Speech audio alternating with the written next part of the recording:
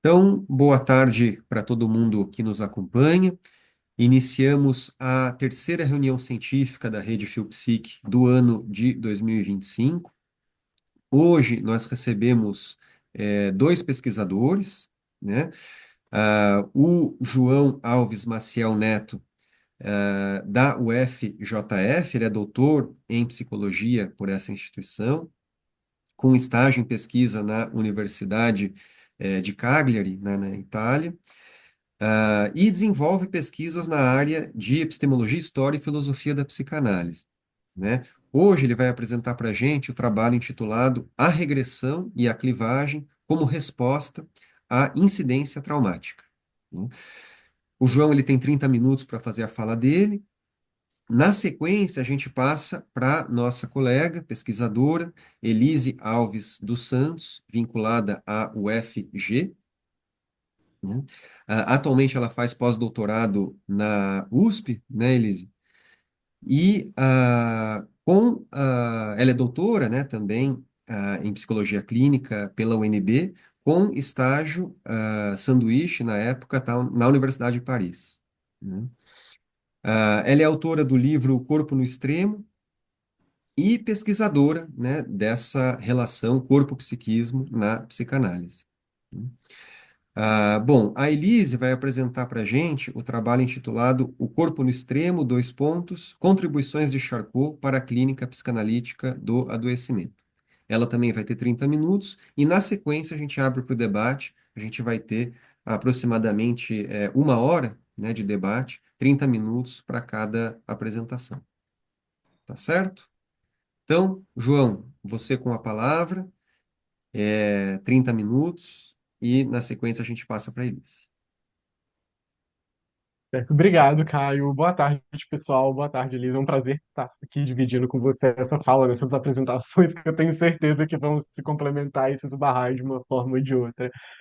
Eu vou apresentar aqui uma parte da minha pesquisa de doutorado que eu defendi recentemente, né, voltada aos mecanismos da regressão e da clivagem. Essa pesquisa foi uma pesquisa histórico-conceitual que eu desenvolvi sob orientação da professora Fátima Caro Preso, né? E essa pesquisa ela visou identificar e sistematizar as contribuições de um psicanalista, né, o Sandor Ferenczi, sobre o processo de desenvolvimento psíquico.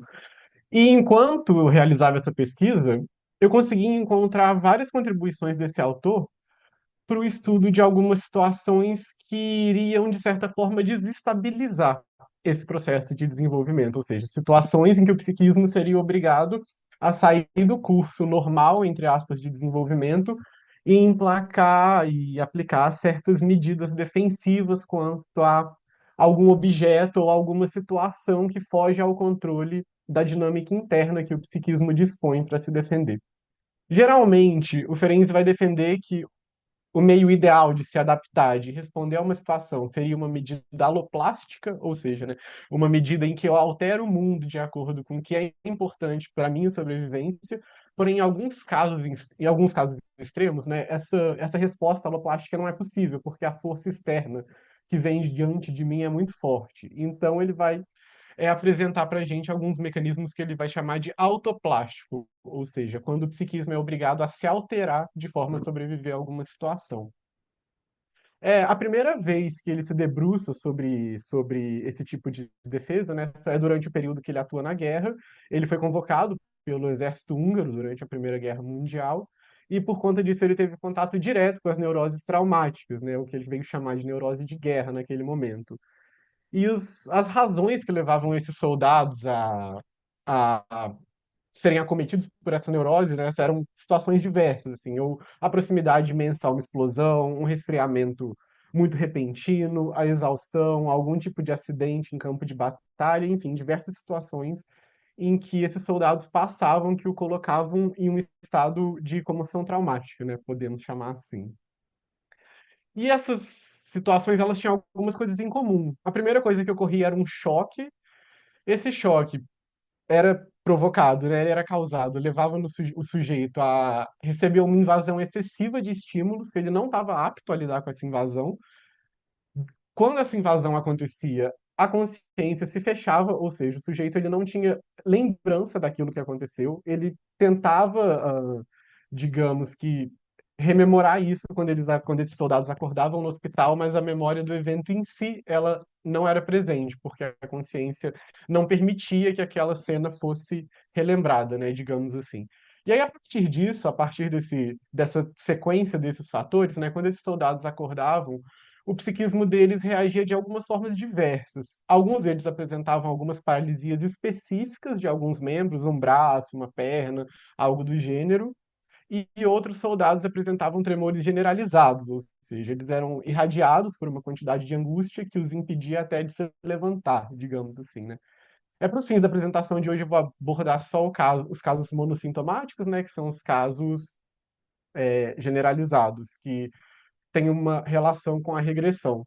O que o Ferenczi notou enquanto ele conversava com esses soldados e os avaliava, né, após eles despertarem nos hospitais? Esses soldados eles eram geralmente tidos como soldados exemplares daquele local, né? Eles tinham, digamos assim, um narcisismo muito reforçado. Eles tinham honrarias do exército, eles tinham cargos muito altos, digamos assim. Então, o que acontecia? Quando eles foram acometidos por esse choque traumático, eles tiveram um golpe enorme nesse narcisismo, e toda vez que eles tentavam se levantar, digamos assim, eles eram acometidos por uma fobia de ou de se levantar, ou de caminhar, ou de alguma coisa próxima que pudesse levar a uma irrupção de angústia, e essa angústia, por sua vez, vinha após a fobia como uma forma de tentar prevenir aquele soldado de lidar diretamente com um evento que causou o trauma, ou seja, de voltar ao campo de batalha, né? E através de uma brincadeira que uma enfermeira chegou a fazer, assim, esses soldados não nem andam, eles querem ser tratados igual um bebê. O Ferenczi ele partiu da hipótese, né, que isso seria então uma regressão psíquica ao primeiro ano de vida, ou seja, esses soldados, ao não conseguirem levantar, nem se alimentar, nem fazer nada sem a ajuda de um enfermeiro ou de alguma coisa, o psiquismo traumatizado ali estaria retornando a um estado em que o sujeito não é capaz de fazer nada sem que alguém o auxilie. Então, a partir disso, a gente consegue identificar nessa fase do pensamento do autor a regressão em alguns aspectos diferentes. A regressão adaptativa, muito próxima àquilo que o Freud vai dizer da vivência de satisfação, né, que o psiquismo ele tem que, para retomar uma vivência de satisfação, ele passa a se desenvolver, ou seja, não basta alucinar que a fome é saciada, né, o psiquismo tem que se desenvolver de forma a saciar essa fome. Haveria a regressão neurótica, no qual existem os pontos de fixação no desenvolvimento, como na histeria e na neurose obsessiva, e a regressão se dá a uma forma anterior de satisfação de desejo, e por fim a diferença com a regressão traumática, em que no caso não existe essa fixação anterior, não existe um aprimoramento do conhecimento da realidade, muito pelo contrário, é uma regressão que visa retornar a um estado justamente para fugir daquilo que provocou o trauma. E uma das formas de lidar com esse excesso excitatório que restou no aparelho seria a repetição, né? A repetição em menor escala desses eventos traumáticos. Essa repetição não está associada à pulsão de morte nesse momento, porque o além do princípio de prazer ainda não tinha saído, mas o Ferenczi e o Freud, nessa época, eles mantinham uma troca de cartas muito vasta. A gente sabe que o Freud enviou vários exemplares do Além do Princípio do Prazer para o Ferenczi nesse momento, pediu a opinião crítica. Quando o transe aparece no Além do Princípio de Prazer, uma das vezes que o Freud o menciona é justamente na questão dos sonhos traumáticos e na compulsão à repetição do evento traumático original, então a gente vê que tem um diálogo entre os dois autores aí sobre a repetição do trauma em menor escala como forma de domínio daquilo que não pode ser lembrado e que invadiu o psiquismo em um determinado momento. Um pouco mais adiante, a gente vai ver que de certa forma, essa explicação que o Ferenczi dá para as neuroses traumáticas está um pouco descolada da explicação tradicional de neurose, digamos assim, né, como uma satisfação de desejo que não pode se dar por alguma razão. E isso vai se mostrando, vai saindo um pouco, né, do quadro etiológico tradicional, entre aspas, da neurose, e isso vai evidenciando uma certa insatisfação com o método da associação livre, né? O método da associação livre ele não estava dando conta de solucionar, de auxiliar nesses casos de neuroses traumáticas, né? Então, o Ferenczi ele vai retomar um pouco do período inicial da psicanálise, em que o método do Breuer e do Freud naquele momento, né, pressupunha um trauma sexual, no qual, pela via da sugestão, ele devia ser descarregado naquele bem início, aquilo associado à teoria da sedução, digamos assim, né? E ele vai falar que realmente a associação livre e a ideia da fantasia trouxe muito a psicanálise, porém algumas coisas fugiriam à questão da fantasia e o trauma real devia ser revisitado, porém sobre um prisma diferente, não sobre um prisma exatamente como na teoria catártica original, né, digamos assim. Uma das proposições que Ferenczi vai trazer para isso é a técnica ativa, no qual o psicanalista ele pode proibir o paciente de fazer algumas coisas ou incentivar o paciente a fazer algumas coisas, digamos assim. Porém, alguns exageros nessa técnica, eles evidenciaram um certo abuso de autoridade dos psicanalistas e o uso dessa técnica acabou sendo, em muitos casos, mais prejudicial do que auxiliador com relação a esse tratamento, né? A frustração estava ampliando os sintomas ao invés de diminuí-los. Então, ele vai tentar, em alguns outros experimentos técnicos seguintes, fazer um caminho oposto a esse. Ao invés de frustrar o paciente, ele vai buscava, né, promover um ambiente mais hospitaleiro, um ambiente mais acolhedor para esse paciente, para que dessa forma a memória da cena traumática original pudesse vir à tona, né, pudesse vir à consciência, digamos assim. E é isso que ele vai chamar de neocatarse, né?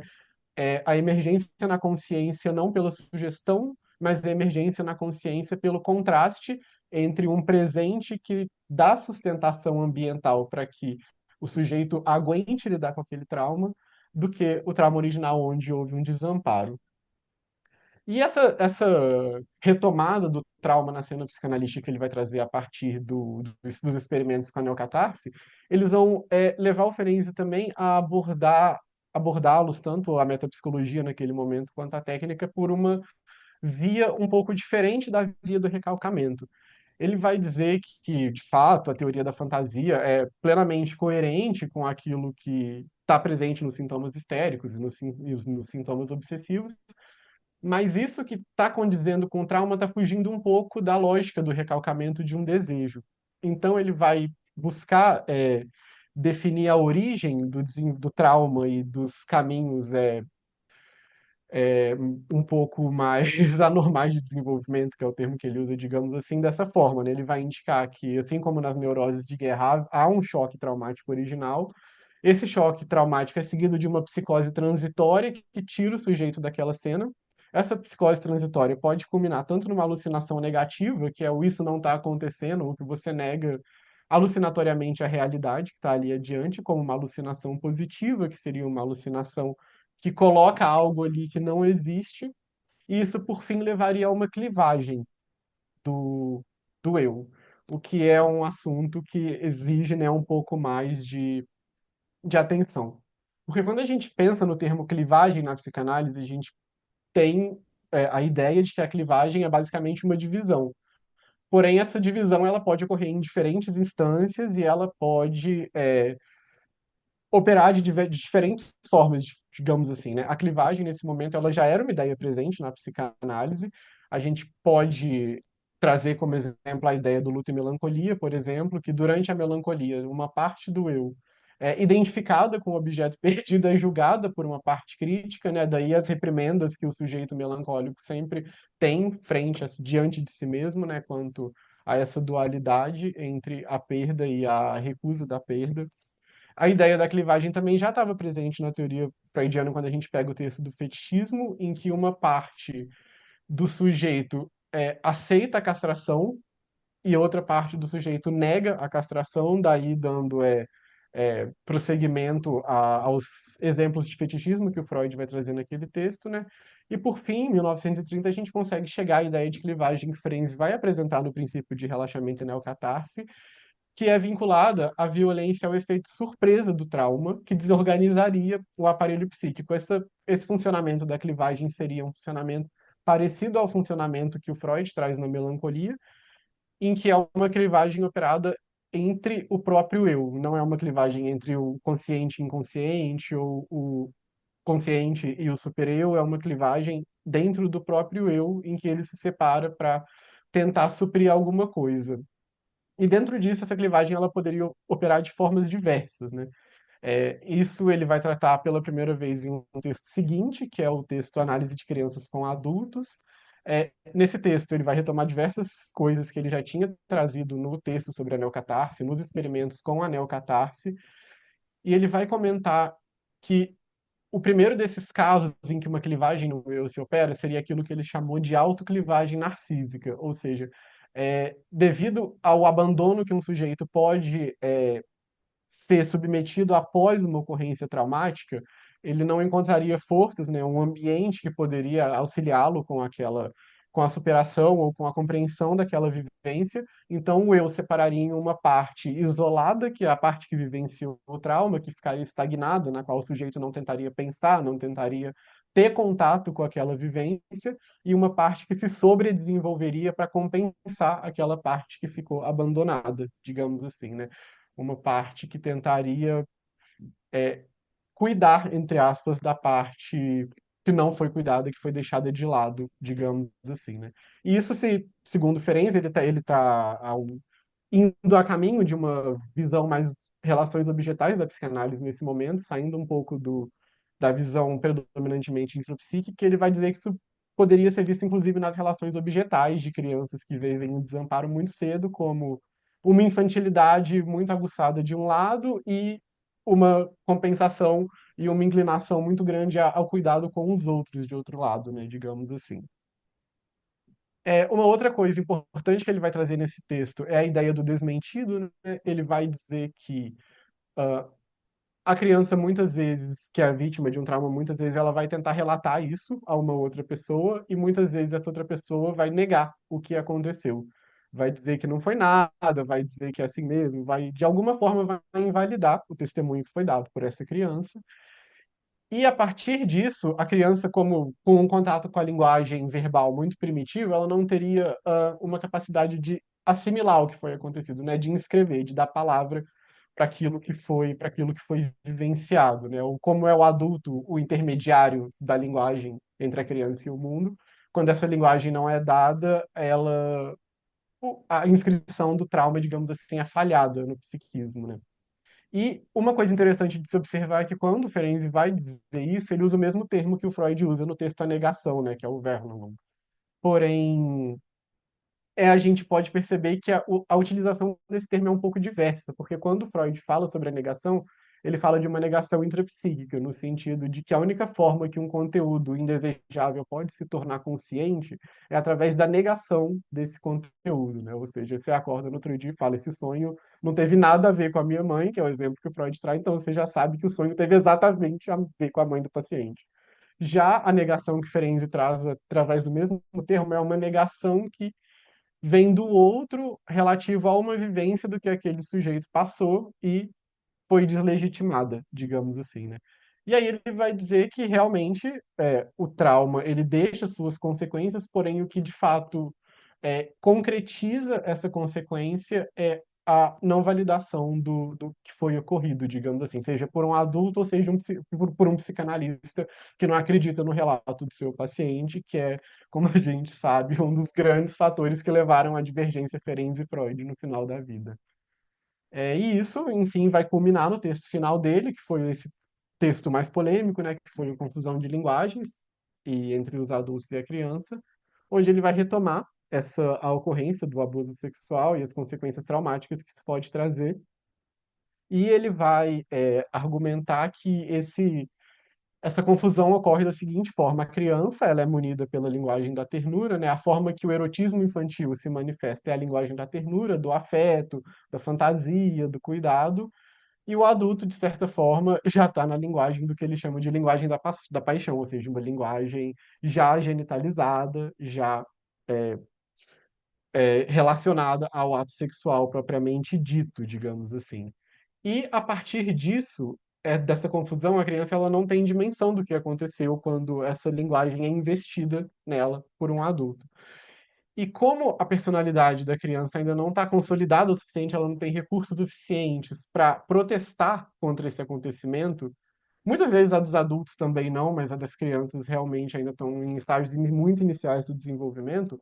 Ao invés do confronto, Ferenczi vai dizer que isso é respondido pela criança por um aumento assim considerável de angústia que leva a uma paralisia. Essa angústia, quando ela vai além de um nível tolerado pelo psiquismo, ocorre um processo que Ferenczi vai denominar, né, como introjeção do agressor. O que seria essa introjeção do agressor na sua visão, né? Ela seria uma introjeção não do agressor propriamente dito, mas de uma versão do agressor que teoricamente não poderia estar fazendo mal a essa criança, digamos assim, né?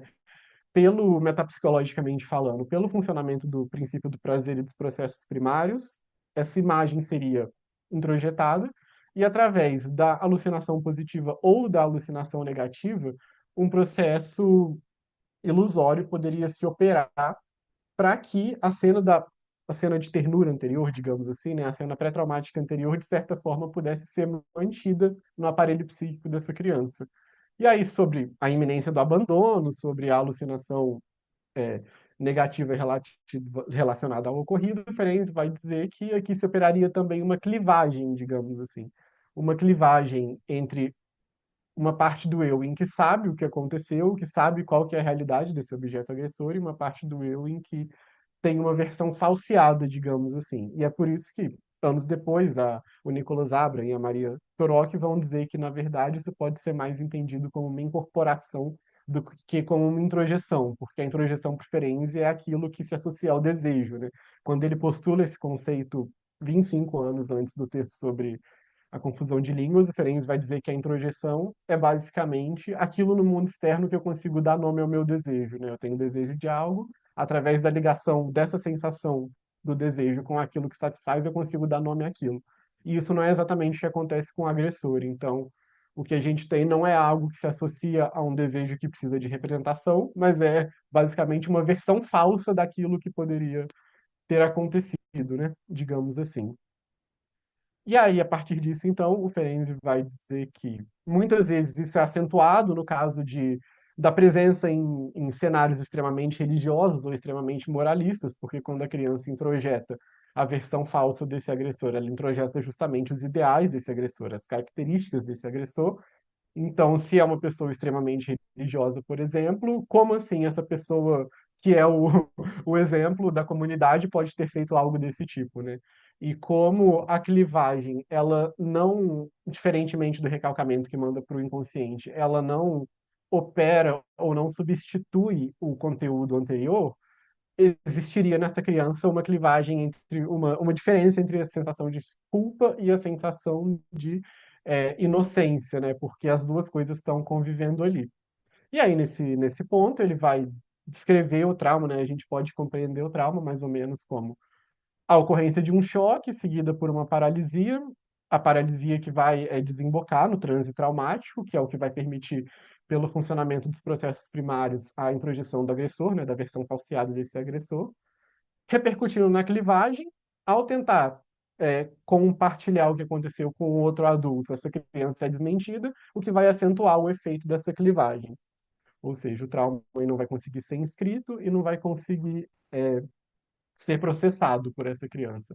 E a Teresa Pinheiro, que é uma pesquisadora de forense aqui no Brasil, ela, em uma leitura contemporânea, ela traz isso também para muitas outras relações opressoras, né, em que ocorrem certas clivagens na personalidade do sujeito, porque não se pode prescindir da versão de parte daquele objeto, que é o objeto que cometeu a opressão, né, digamos assim. Ele vai apresentar algumas outras formas traumáticas, além do abuso sexual, que de fato a parte principal, é o que se detém mais, mas ele vai dizer que existem alguns outros, o que reforça a ideia que muitas vezes é atrelada à teoria final, à forma final da teoria do Ferenczi, né, que seria basicamente um retorno à teoria da sedução freudiana, né, um retrocesso na psicanálise, é algo em que, inclusive, o próprio Freud o acusou, o próprio Ernest Jones também tinha acusado o Ferenczi quando ele publicou esse trabalho, né, naquele momento, proferiu essa palestra, né? Porém, ele vai trazer precisamente outros dois exemplos, né? O primeiro são os castigos físicos, né, que é o que ele vai chamar de medidas punitivas insuportáveis, né, ele vai dizer que diante de situações de extrema violência física também a tendência regressiva novamente se manifesta de forma a tentar retomar o estado pré-traumático, digamos assim, também acompanhado de uma clivagem na personalidade. E por fim, ele vai trazer um outro cenário um pouco diferente dos dois cenários anteriores, que é o que ele vai chamar de terrorismo do sofrimento, São crianças que, por alguma razão, em períodos muito iniciais da vida, ou o cuidador para de investi-la por algum momento, ou o cuidador fica tão frágil que a criança que tem que virar o cuidador de quem dela cuida, digamos assim, né? E isso a levaria a ter que se desenvolver de uma forma exacerbada e muito mais veloz, digamos assim, né? Então seria basicamente um trauma pela falta de provisão e não um trauma por um excesso de estímulos, ainda que essa falta esteja relacionada a um excesso, porque essa falta relacionada ao desamparo levaria a um incremento de angústia muito insuportável dentro do aparelho psíquico, né? Então, de certa forma, ainda teria um excesso aí. E a clivagem do eu nesse aspecto, seria próxima à autoclivagem narcísica, que o eu seria dividido em uma parte abandonada, digamos assim, da qual a criança não quer saber, porque remete àquele momento, e uma parte mais desenvolvida que tentaria dar conta daquilo que restou.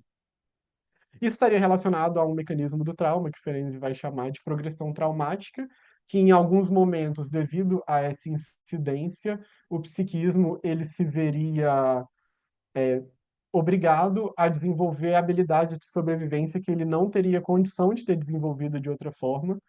Então, isso seria uma maturação patológica, né, que é o que ele chama, digamos assim, o que não é isento de consequências, né, para o aparelho psíquico, porque isso é feito às custas da parte que permaneceu isolada e traumatizada, digamos assim. E essa progressão traumática que ele chama, né, que são o caso das crianças psiquiátricas, por exemplo, né, que é o termo que ele usa assim, para dizer essas crianças dotadas de habilidade de cuidado, oposta à regressão patológica, que é o que ele trouxe nos soldados traumatizados, por exemplo, mas ambos os casos são movidos pela mesma urgência de anular o trauma. Uma das últimas contribuições que ele traz é a questão da atomização. Ele vai dizer que em cenários em que os traumas são repetidos e em que o nível e o excesso de estímulos é tão grande que a personalidade muitas vezes pode ir se dividindo cada vez em mais partes, e essas partes podem ter contatos cada vez mais destacados umas das outras, digamos assim, e isso traria consequências também muito severas para o psiquismo, ainda que seja uma tentativa de sobreviver ao trauma, a personalidade podia ficar cada vez tão mais destacada nas partes entre si que isso poderia levar a uma perda extremamente grave da realidade, né? Ele traz alguns exemplos, alguns níveis, né? Que seriam basicamente o nível do transe, como a gente já tinha visto, segundo, a perda da consciência, ou gradual ou mais generalizada, a questão da síncope, por fim, a morte biológica mesmo, quando esse trauma tem uma questão mais forte. No diário clínico, para finalizar, né, as contribuições relacionadas ao trauma, ele traz mais dois métodos de dois padrões, digamos assim, né, de funcionamento da clivagem. Ele vai trazer uma clivagem órfica, digamos assim, né, provavelmente munida pelas pulsões de vida, que ele vai supor, né, que é uma parte clivada, isolada do psiquismo, que tenta a qualquer forma sobreviver e se investir, se aplicar no mundo de formas muitas vezes exacerbadas. E também ele vai trazer o exemplo do Astra, que é uma clivagem que tira o sujeito, ou parte da personalidade do sujeito, da realidade, tentando dar dimensões, digamos assim, astronômicas a isso, né?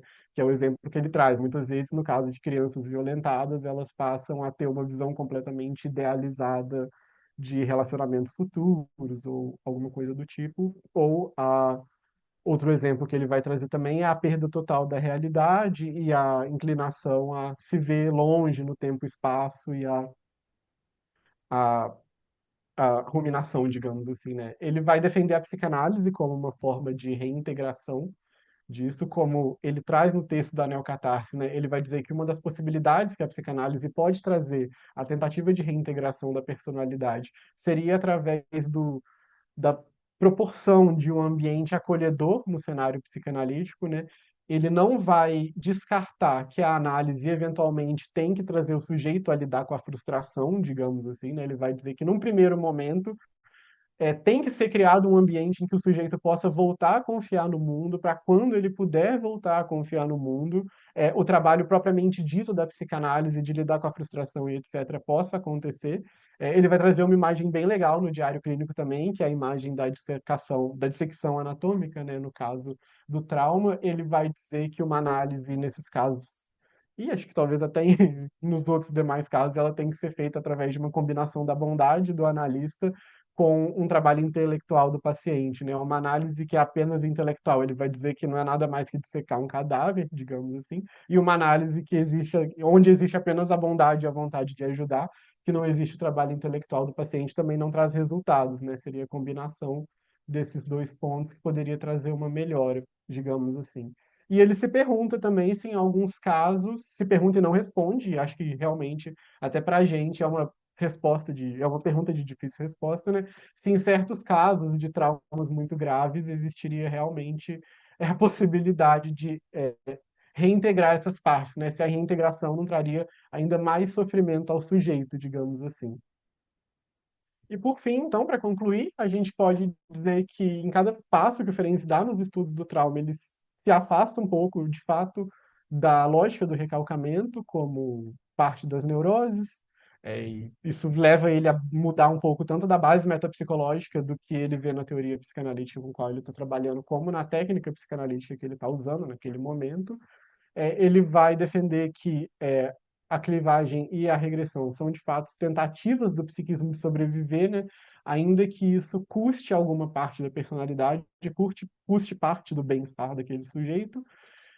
E é interessante notar também que mesmo essas medidas desesperadas que o Ferenczi traz na sua teoria são, de certa forma, modos de sobrevivência e modos de redesenho do ser diante daquilo que aconteceu com ele e diante daquilo com que ele pode responder quanto ao que aconteceu com ele, né, digamos assim. E no caso do desamparo, a gente pode pensar também que a teoria ferenciana é uma busca de entender como que um sujeito consegue se reestruturar, seja sozinho com o que sua estrutura psíquica dispõe, seja também com que o cuidado e o amor, seja de um cuidador, seja de um investimento de um psicanalista, pode trazer nesse processo de redesenho. É isso. Encerro por aqui. Muito obrigado pela atenção. Obrigado, João, pela exposição bastante clara, né? Acho que os slides eles foram bem precisos. Né? Bom, como disse a Michelle, que excelente fala. Passo então a Obrigado. palavra agora para a Elise, né, para que ela faça a exposição dela, e na sequência a gente parte para o debate. Tá joia? Estão me ouvindo bem? Sim. Uhum. Tá. Bom, primeiramente quero agradecer, né, o Caio pelo convite. A gente pôde estar junto lá na Biblioteca Charcot, em Paris, 2017, 18, né, onde eu fiz a pesquisa, da qual hoje eu tento apresentar aqui para vocês um recorte, né? Acho que a fala de João, né? Obrigada, João, pela sua exposição. Acho que o título que você trouxe também, de certa forma, me ajuda a fazer essa escolha de que parte do livro que eu gostaria de compartilhar aqui hoje, né? Então, eu fiquei pensando, bom, em relação a essa questão do processo regressivo no adoecimento, quando a gente começa a pensar as palavras usadas por Charcot nos dossiês de seus pacientes, né? Então, assim, já estou pulando lá para frente naquilo que eu enxerguei lá, né, nos dossiês. Foram 35 dossiês de pacientes do Charcot, que eu fiz a transcrição, né, pacientes com esclerose múltipla e histeria. Então, nesse trabalho de conhecer, de entender o que é que o Charcot estava querendo saber, do que era neurológico, do que era histérico, né? Ele usava muito a palavra desgosto, né? E aí, na verdade, eu fiz essa tradução, né, da palavra chagrin, né? Então, eu traduzi a palavra chagrin como desgosto, porque não era bem uma tristeza, não era, né, depressão muito menos, angústia também não. Então, acho que essa ideia do chagrin me fez pensar que, né, pensando-se a arte como algo que vem antes daquilo que a gente vai desenvolver depois cientificamente, Balzac, ele escreveu um livro, né, que se chama La peau de chagrin, a pele do desgosto, né? Mas na verdade, assim, essa palavra também remete, né, dentro desse livro que ele escreve em 1831. Então, eu imagino que talvez Charcot possa ter conhecido esse livro e ter, né, se utilizado dessa palavra para dizer de como seus pacientes se sentiam, né? Um estado moralmente doloroso, uma aflição, um desprazer, alguma coisa assim, e que tinha a ver com algo que depois a gente pode, né? E aí são as minhas interpretações, as minhas inferências, a partir, né, da evidência que está lá registrada nos dossiês, que tem a ver com a questão do gozo, que tem a ver com a questão da realização de algum desejo. Então, isso que tem inclusive um filme, né, que é justamente a Pele de Onagro, que é esse pedaço de couro de um jumento que, à medida que você realiza um desejo, ele vai se encurtando de tamanho.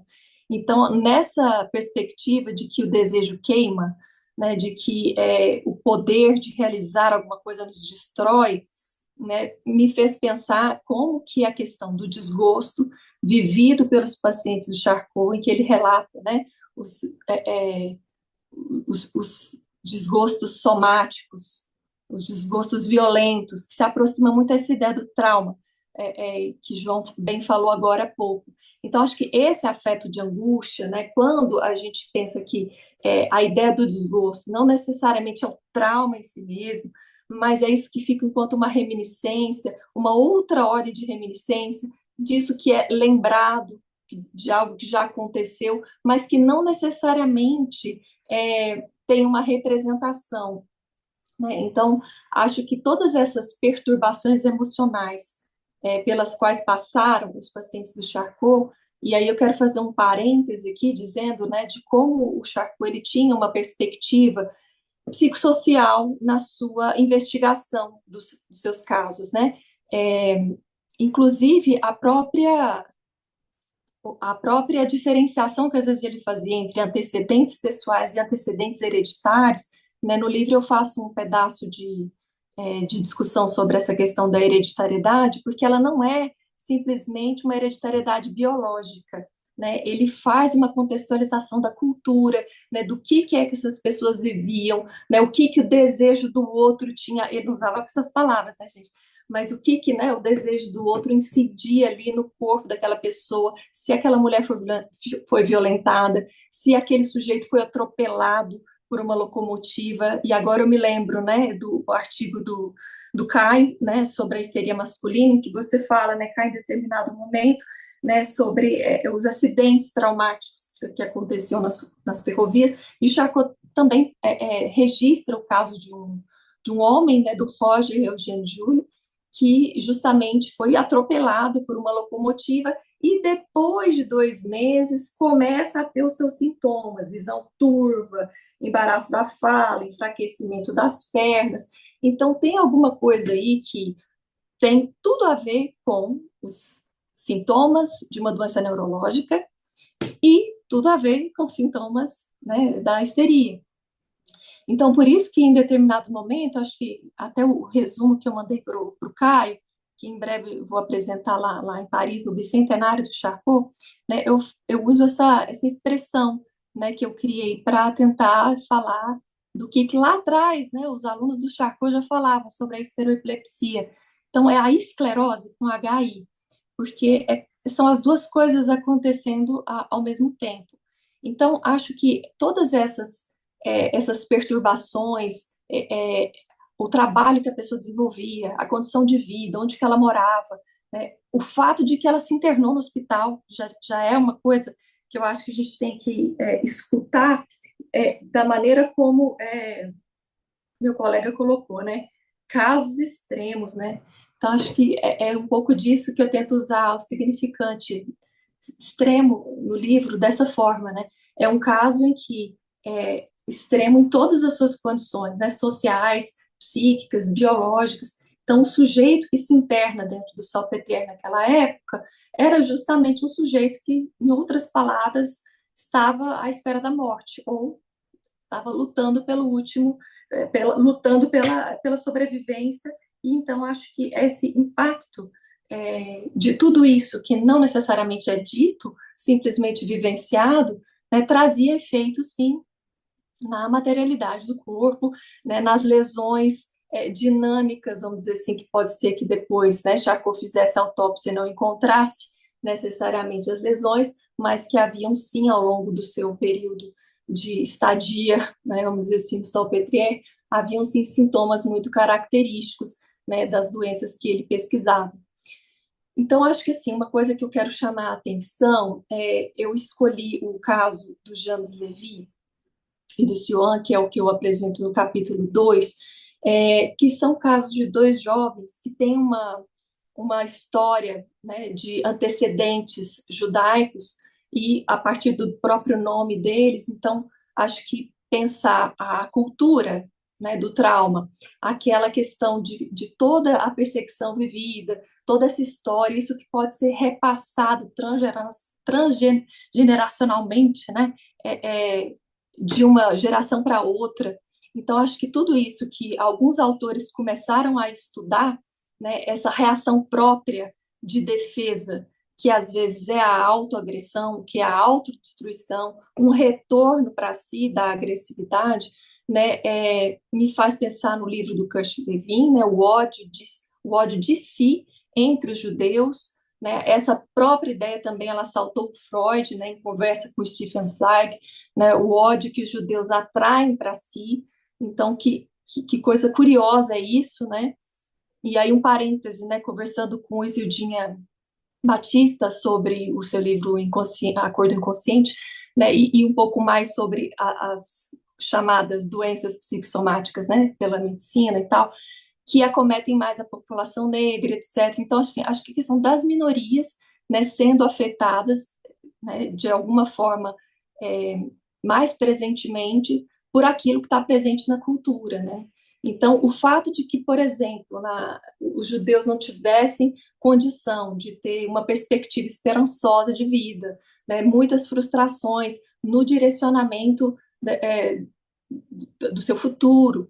Então, isso dá margem para um processo regressivo, né? Para um processo de defesa e em que esse objeto interno, né, o superego, vamos chamar assim, né, ou esse outro, ele é carregado de ódio, de vingança, que estimula, de certa forma, uma necessidade de odiar e de lutar, né, e que vai, de alguma forma, trazer esses efeitos e que, no extremo, morre-se de desgosto. Né? A gente usa muito correntemente essa expressão, né, no senso comum. Então, acho que a questão de que quando a gente tem um desgosto psíquico, vamos chamar assim, um desgosto psíquico comum, a gente tem uma reminiscência, né, um precipitado de uma experiência traumática que a gente vive, e a gente vai lembrar do que Freud falou sobre representação de palavra e coisa, né, como elementos organizadores de algo que se escutou, de algo que se viu, né, uma ligação entre as representações, sistema pré-consciente, consciente, tá. Então, isso a gente, nesse âmbito, é onde a gente vai pensar a questão da lesão dinâmica, a coisa da histeria, uma resposta exclusiva, né, em que a representação de coisa, ela é uma característica do sistema inconsciente, e aí a gente vai pensando, né, como que as neurociências poderiam, em algum momento, ou a própria física, nos auxiliar a pensar nisso que acontece na materialidade do corpo, se a gente pensa assim, né, junto com quem está, né, e aí eu estou me atrevendo a ir além do que eu já escrevi no livro, acho que a importância dessas reuniões, né, de fazer a gente, né, discutir e um pouco para frente. Então, de que se a gente pensar que não existe um espaço vazio, né, e que não tem um vácuo, né, e que esse vácuo, né, que possa existir, né, no nosso corpo, esse buraco, esse vazio, né, ele é pleno de flutuações de energia, capaz de criar partículas de matéria. Então, olha só, né, que tipo de coisas é possível acontecer no nosso corpo, né, e aí o Charcot vai especificar e chamar de desgosto somático.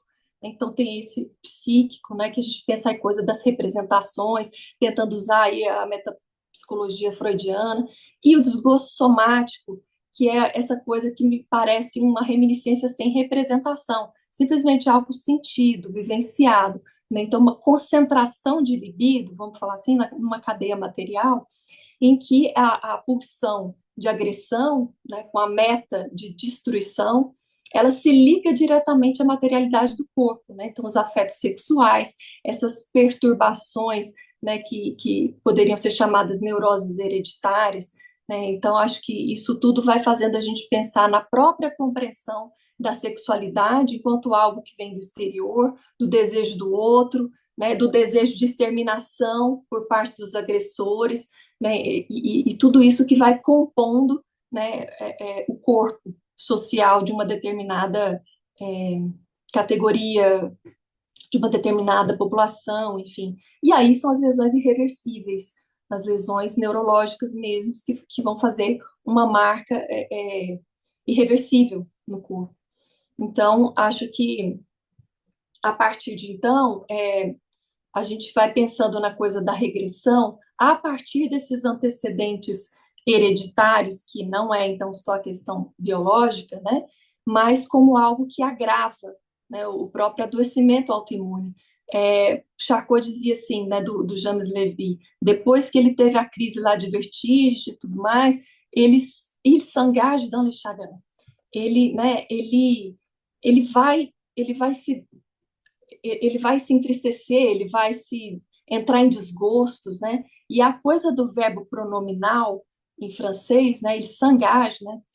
Acho que dá uma margem para a gente pensar a questão do eu, né? Então é quando um novo estímulo constante e processual vai investir a cadeia material. Então, não necessariamente a descarga, aí eu vou fazer um parêntese teórico aqui, que eu achei interessante na minha pesquisa, que foi buscar o entendimento da origem da palavra no alemão, lá com Freud, né, da descarga, e a gente sempre pensa algo muito automático, né? Ah, um tiro de canhão, pá, aconteceu alguma coisa, né, uma coisa muito imediata. E essa segunda cena, né, do trauma enquanto algo que vai caindo aos conta-gotas, assim, bem paulatinamente. Essa coisa processual, ela também está na acepção da palavra da descarga, né? Então, acho que isso que vai acontecendo ao longo do tempo e que me remete à ideia da regressão, né, num aspecto temporal, assim, ela é muito curiosa, porque à medida que a gente pensa lá nas séries complementares do Freud, de algo disposicional e acidental, como que esse acidental também ele conta a herança ancestral, né? Então, acho que isso me remete à questão dos traços de memória, do sujeito, das experiências das gerações anteriores. Então, é algo processual, né? Algo que vai fazendo marcas. Parece a epigenética de hoje, a gente dizendo a experiência vai fazer marca no seu corpo, né? Em outras palavras, isso, né? Então, acho que tentar, de alguma forma, trazer uma, as contribuições, né, mais contemporâneas para essa discussão que é antiga, né, que é base assim, da psicanálise, acho que é algo que me motiva a seguir estudando, né? Então, acho que assim, tem alguma coisa aí que faz questão, que é a partir de que ponto que a gente pode pensar essa objetividade autoimune do corpo material e essa subjetividade autodestrutiva, né? Alguma coisa assim que um vivido sem representação deixa uma sensação, né? Mas que é um desgosto, né? Essa palavra acho que em português é legal também, porque é isso, de um gosto ruim, ou uma falta de gosto, é um resto do traumático, né, do catastrófico, e isso vai se desdobrar em manifestação somática, né?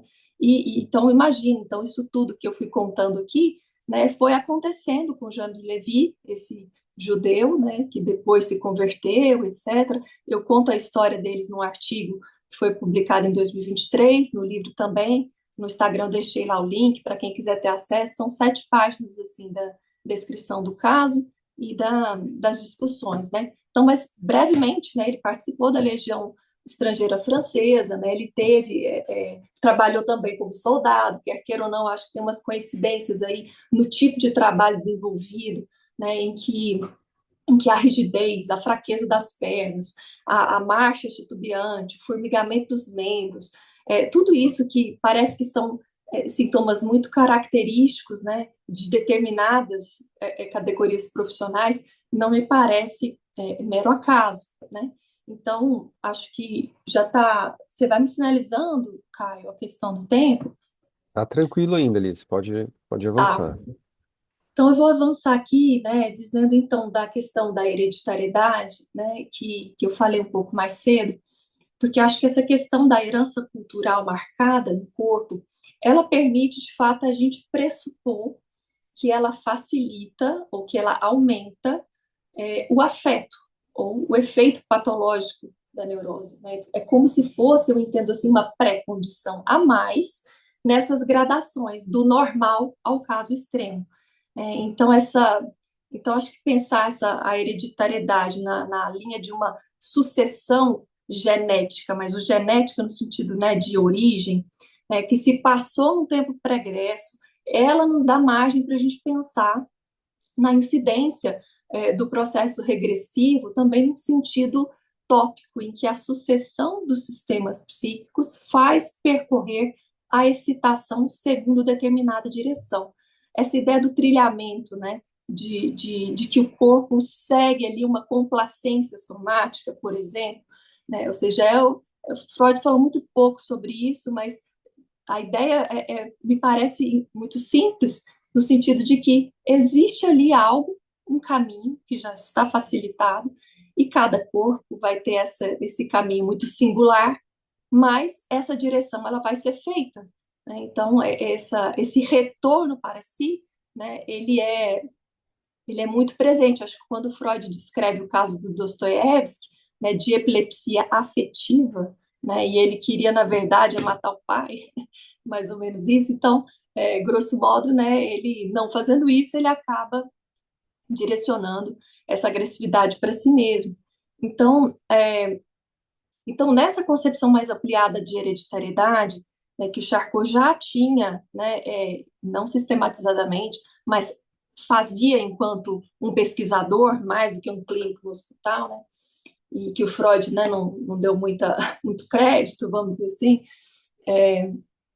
tem um sentido também, né, da regressão nesse ponto de vista em que ela a hereditariedade, então, nessa concepção diversa, ela vai designar um último sentido da regressão que remete ao modo de expressão e de comportamento em sentido inverso, considerado às vezes como um nível inferior, né, mas né, isso a gente pode questionar que nível inferior é esse, porque não tem palavra, só porque tem né, reação corporal, enfim, mas né, é tido dessa maneira. Então, de um ponto de vista de complexidade, de estruturação, de diferenciação, então, essa ideia da regressão enquanto uma parte do processo de adoecimento, ela remete a uma ideia de relação com a hierarquia de centros nervosos. Né? E aí eu fiquei pensando nisso, né? Que história seria essa? Né? Isso é uma questão que eu lanço muito rapidamente, não desenvolvi, é o que eu pretendo talvez né, conseguir agora no pós-doutorado, né, quando o John Rulis Jackson, que é um neurologista que Freud gostava bastante, né, a professora Mona Vinogradov traduz aí no livro dela, né, sobre a fábrica da alma aí do Freud, e vai dizer isso, né? Que história é essa, então, de evolução, dissolução do sistema nervoso, à medida que algo pode retornar para determinados sistemas do nosso corpo, sem pensar necessariamente né, numa dicotomização de sistema, de circuito neuronal, circuito pulsional, né? Então, que palavras, né, que teorias, que perguntas a gente pode fazer para entender que a regressão ela não é puramente psíquica.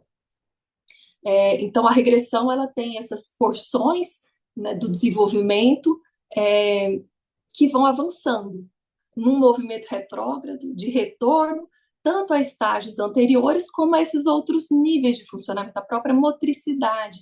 Né? Então, um outro trabalho que me faz pensar, né? Uma paciente que Charcot que ela se jogava para frente, era um sintoma muito curioso, e aí ele comenta, olha, mas ela era uma corredora. Né? Então, assim, o que é isso que ela estando em repouso, né, sem nenhum estímulo ali verdadeiramente estimulante, mas que sei lá, né, no que ela possa estar vivendo ali, a em si está fazendo um movimento muito parecido de quem vai correr. Então, acho que a regressão do movimento, a regressão em outras áreas, né, em outros sistemas, né, no caso aqui no sistema perceptivo, de mobilidade, né, isso tudo são coisas que eu tenho a impressão que a gente pode pesquisar um pouco mais, né?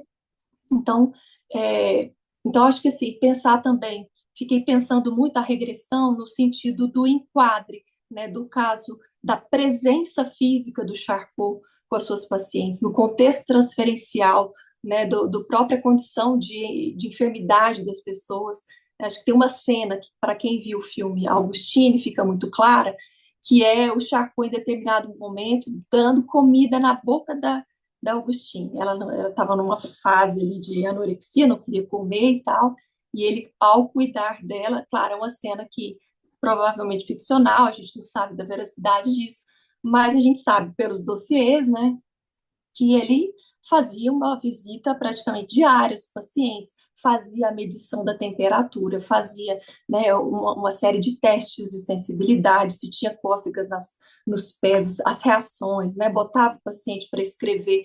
Então, ele usava de vários recursos, né, diretamente no corpo dos pacientes, e a gente vai pensando, né, o que isso afetava, né? E às vezes eu ficava confusa, gente, mas que conclusão que ele chega? Não, chega em poucas conclusões, né? E a gente que vai tendo que imaginar, nossa, então onde ele mexeu, onde ele fez o teste, ficou quente. E o outro lado do corpo onde ele mexeu estava frio. Que história é essa, né? É, e aí, no caso do James Levy do Sion, voltando à questão da cultura judaica, né, é questão da fuga, de não ter um lugar, a fuga da realidade, né, desses jovens fogem de casa, e aí a gente pode fazer toda uma leitura da questão edípica. Então ele quer sair do lugar onde ele está, né, para evitar uma proximidade, problema, conflito que ele teria que lidar. Então tudo isso vai fazendo questão, né, de como que a regressão ela se manifesta no movimento, na reação corporal, né? A menstruação das doentes que começava a acontecer de um jeito diferente à medida que elas entravam e eram internadas dentro do hospital, né? A disúria emocional, né? Não conseguir urinar diante dos colegas lá do batalhão, né? Que retenção urinária que seria essa, dores nas cinturas, coisas muito próximas às dores lombares histéricas que o Freud fala. Então, essas regressões que acontece nesse enquadre, nesse contexto transferencial, acho que vai dando notícias para a gente, né, de como que esses circuitos funcionais, neuronais, né, isso que acontece no corpo, são atos, eu chamaria assim, né, atos inconscientes de ação plástica. Né? Em algum momento eu digo, olha, como se fossem atos falhos do corpo, né? Então, acho que o caráter retroativo, crônico, destrutivo, né, do acontecimento traumático, ele acontece juntamente com esse processo de regressão no corpo. Então, acho que tem aí uma base, né, na ligação do trauma aos órgãos, no circuito neuronal e a história marcada no circuito pulsional. Então, em outras palavras, né, eu gosto de pensar aqui como o Assum, Polo Assum, é como se a gente não dissesse, a gente pudesse até dizer, arriscar dizer, que não é mais uma questão só de corpo, mas de circuitos funcionais, narcisados, projetáveis, modificáveis. Então, acho que essa ideia de circuito ela é muito cara para a gente pensar nessa tarefa de alojamento da psique no corpo, de como que o acometimento orgânico e a escolha inconsciente dessa via de descarga, dessas excitações excessivas, desses desgostos somáticos, ela tem a ver com a história também singular de cada paciente. Bom, então esse ato inconsciente, né, ele vai exercer sobre os processos somáticos sempre uma ação plástica intensa, que nunca atinge o ato consciente, mas aí pelas beiradas, pelas evidências, por aquilo que é registrado, a gente vai fazendo, né, as nossas inferências aqui nas pesquisas. E aí achei legal o João dizer, porque me parece ser justamente a partir dessa base, né, desse pensamento, que a gente pode valorizar essa noção, né, do ferense de ação plástica, por conta de considerar, né, que o ato inconsciente ele age plasticamente sobre o material corporal, a partir desse processo regressivo, sempre possivelmente ativo, né, vamos dizer assim. Bom, e aí eu acho que dentro desse processo existe um risco de fusão com o próprio objeto corpo. Então, esse risco, né, o Jacques André, ele fala, né, uma coisa que eu uso até na sinopse do livro, para falar das bordas, né, dos limites, disso de quem vive nesse extremo. Né? Então, nesses casos, né, em que existe essa vivência das bordas dos limites, desses sujeitos limítrofes, vamos dizer assim, desses adoecimentos que orgânico e psíquico ao mesmo tempo, vamos dizer assim, a transferência ou a aspiração fusional com o objeto, porque essa complacência somática que a gente falou é mais do que um lugar, é a escolha do corpo, né, como um lugar de acontecimento, né? Então, acho que a escolha do corpo ela é importante nessa, nessa discussão.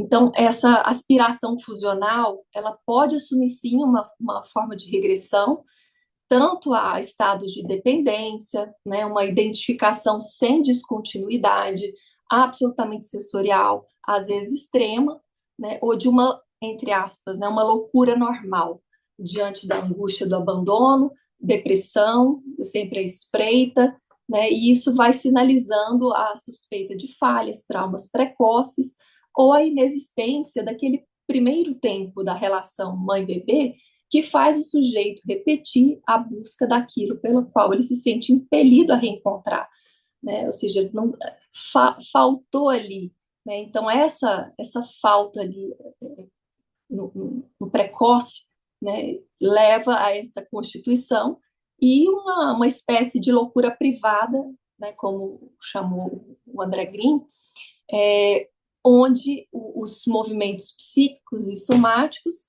nessa identificação sensorial, vai tentando repetir alguma coisa que nunca aconteceu.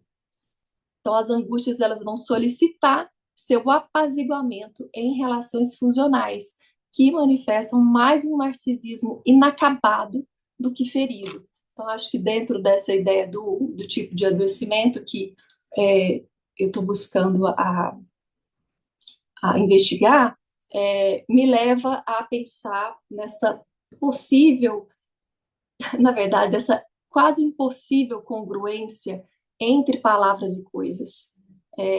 E aí eu penso da manifestação do Lebrun, que diz, né, que o fato da linguagem ser em si mesma uma operação do interdito do incesto, então ela também está ligada ao consentimento, no reconhecimento da impossível congruência entre as palavras e coisas, a gente pensar assim, olha, o interdizer, o incesto, o que seria isso? Né? O que ele está querendo, né? O que ele poderia estar querendo dizer com isso? Equivale a descolar do universo das coisas, metaforizado pelo corpo a corpo com a mãe, para entrar no das palavras, metaforizado pela relação com o pai. Então, a falta de palavra, marcada pela carência paterna, parece incentivar a regressão ao universo da coisa, ao concreto, ao corpo a corpo com a mãe, a lesão somática. Então, acho que nesse parágrafo aqui que eu separei, eu penso que tem muito assunto aí, né, para a gente pensar o que seria essa relação corpo-psiquismo. Bom,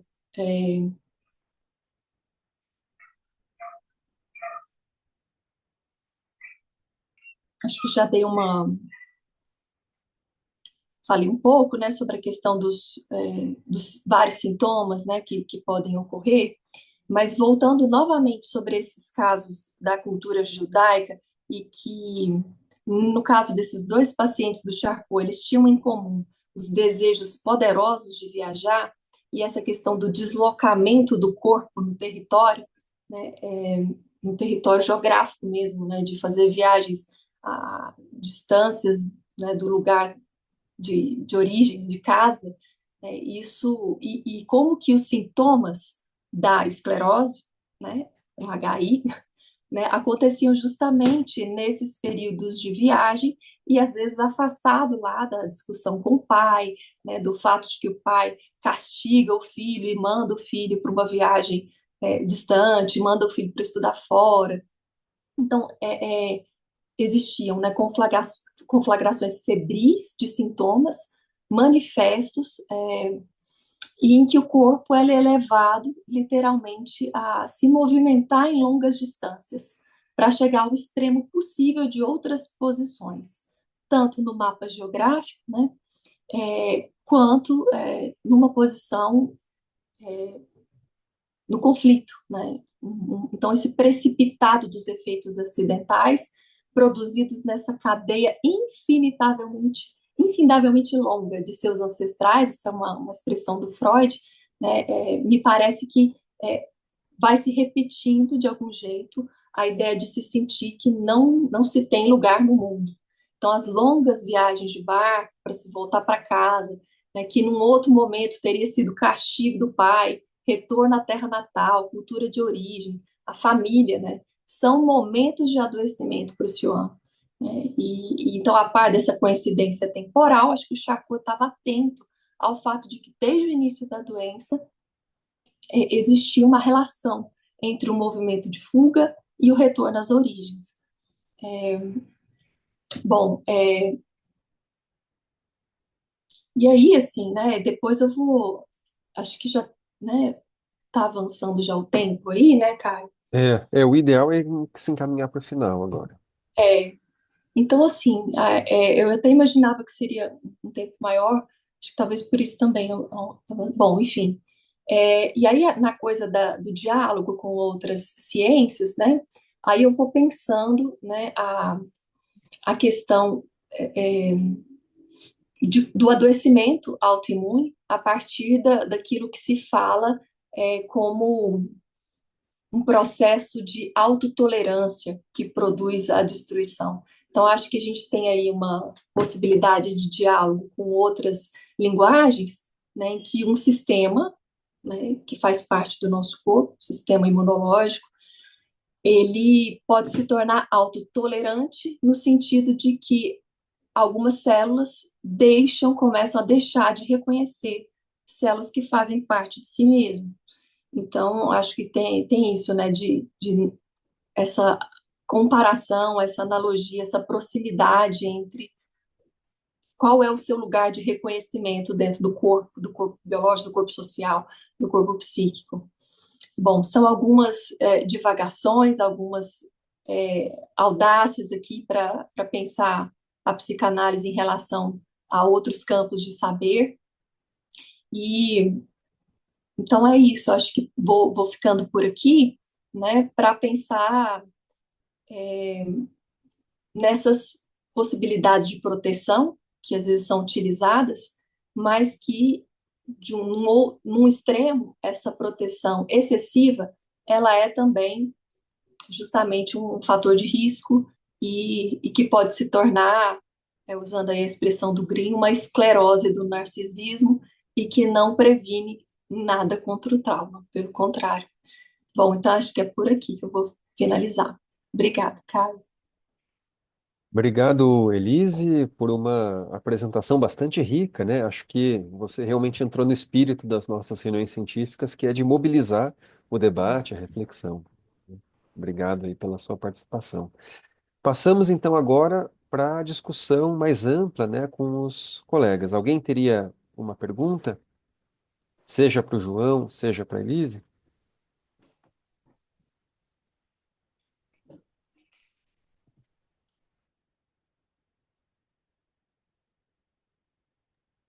Oi, Caio. Olá, André. Tudo bom? Boa tarde. Boa tarde. Bom, eu cheguei atrasado aqui, tive que me afastar por alguns momentos.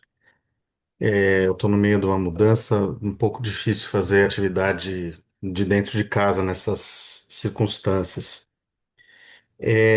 Bom, eu queria agradecer pelas duas apresentações e dizer que eu fico surpreso pela, vamos dizer, pela convergência, né? Ou pela série de convergências, porque são duas apresentações que estão ligadas, que estão vinculadas simultaneamente à história da psicanálise e também à clínica contemporânea, vamos dizer assim, né? Questões que extrapolam muito o aspecto estritamente histórico, né? Enfim, eu queria fazer aqui, na verdade, algumas observações muito pontuais sobre questões enfim, que me interessam particularmente, né? A Elise mencionou o romance do Balzac, A Pele de Onagro, né? O Peau de Chagrin, que, por coincidência, eu não sei se a Elise chega a mencionar isso no trabalho dela, é o último livro que o Freud leu, né? O último, enfim, é o último livro que ele leu e ele faz um comentário muito, enfim, muito curioso a respeito do enredo do romance e da doença dele, né? Da perspectiva da morte dele.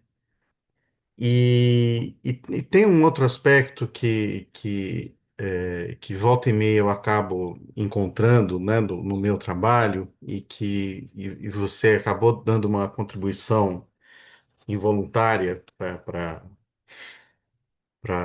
as minhas pesquisas, que diz respeito justamente ao desgosto. Eu acho que desgosto é uma tradução interessante para o Chagrin. É uma palavra que tem uma história no século XIX, que foi incorporada pela língua inglesa também, né? Enfim, existe chagrine em inglês também, né? Em alemão não chegou, né? Podia ter chegado. Acho que seria bem interessante para a psicanálise se tivesse chegado. Infelizmente não chegou. Mas o Freud fala em algumas passagens dos estudos sobre histeria, especialmente, é, ele fala em um termo chamado Verstimmung, quer dizer, que é uma espécie de alteração do ânimo, né? E é uma coisa muito difícil de traduzir, porque é justamente esse problema que você descreveu. Não é angústia, não é depressão, não é simplesmente tristeza, é alguma coisa que está no meio do caminho ali. Se você tiver curiosidade de consultar, você encontra essa palavra logo acho que nos dois ou três primeiros parágrafos do caso Lucy, quando o Freud faz uma descrição geral a respeito do estado de ânimo dela e tal.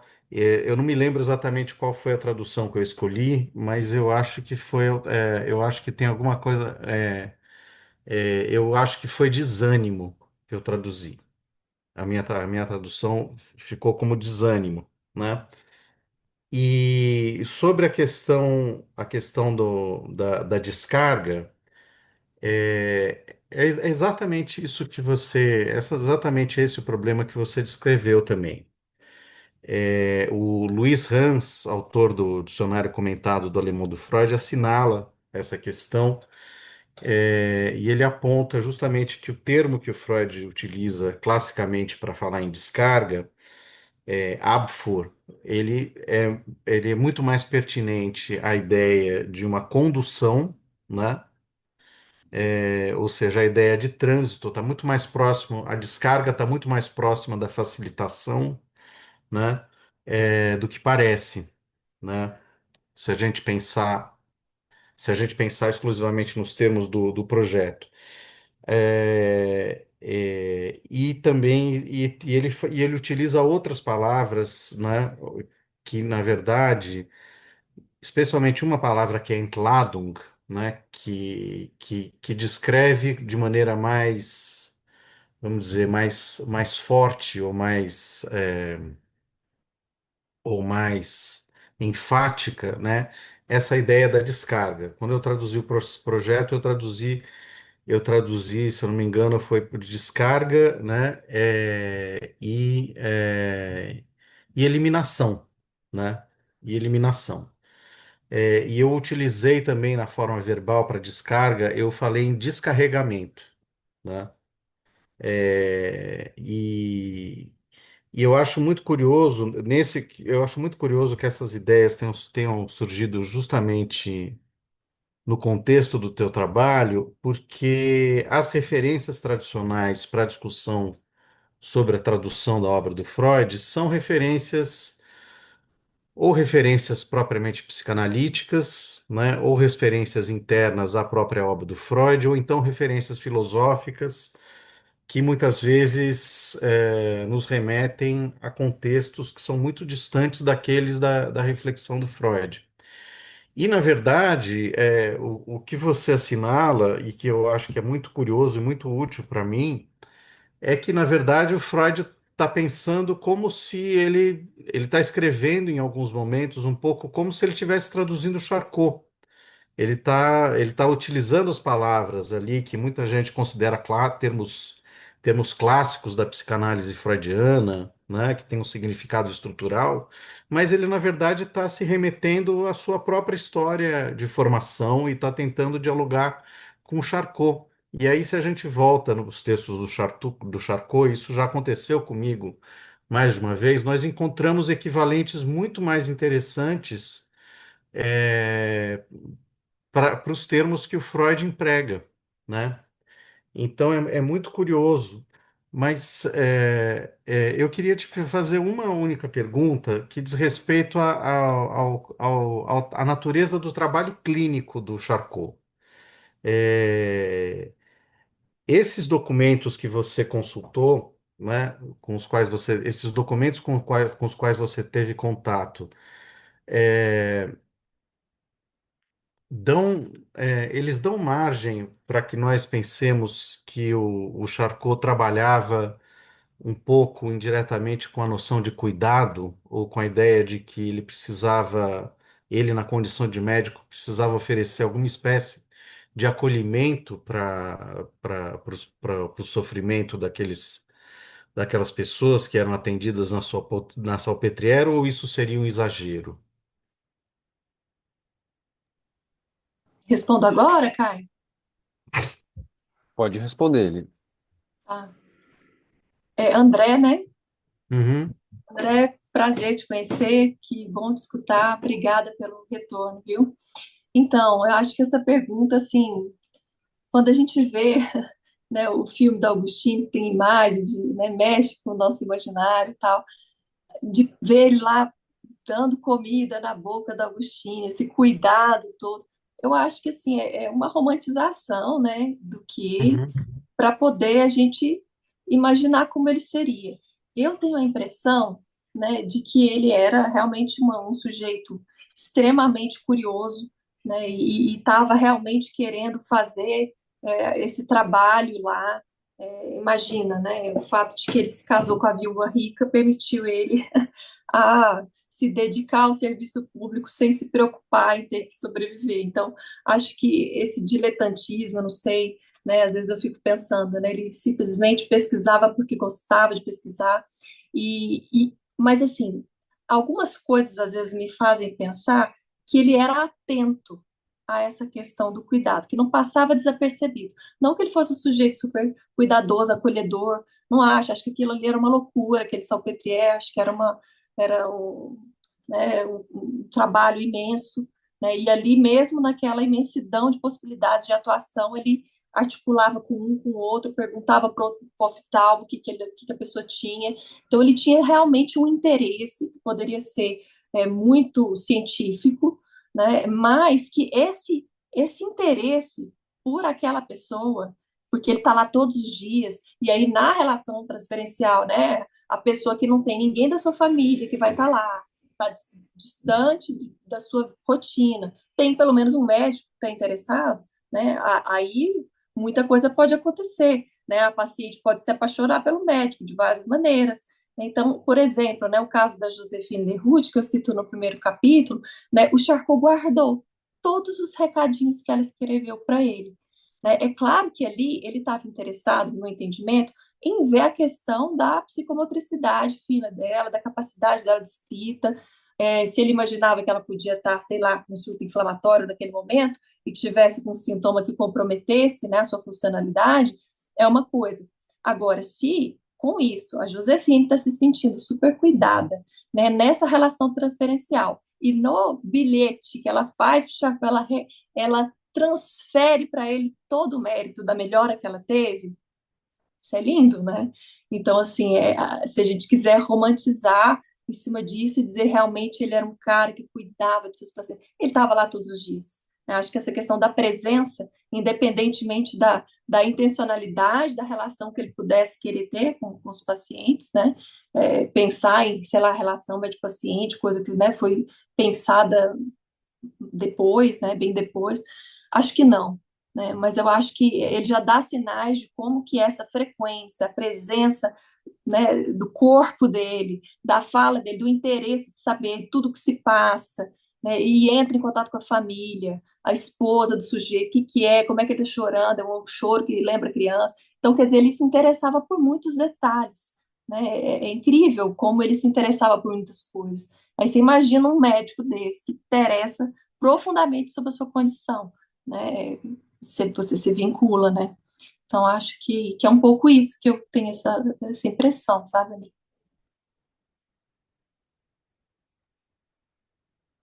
Wayne, Obrigado, Caio. Boa tarde a todos os colegas. Parabéns, Elise e João.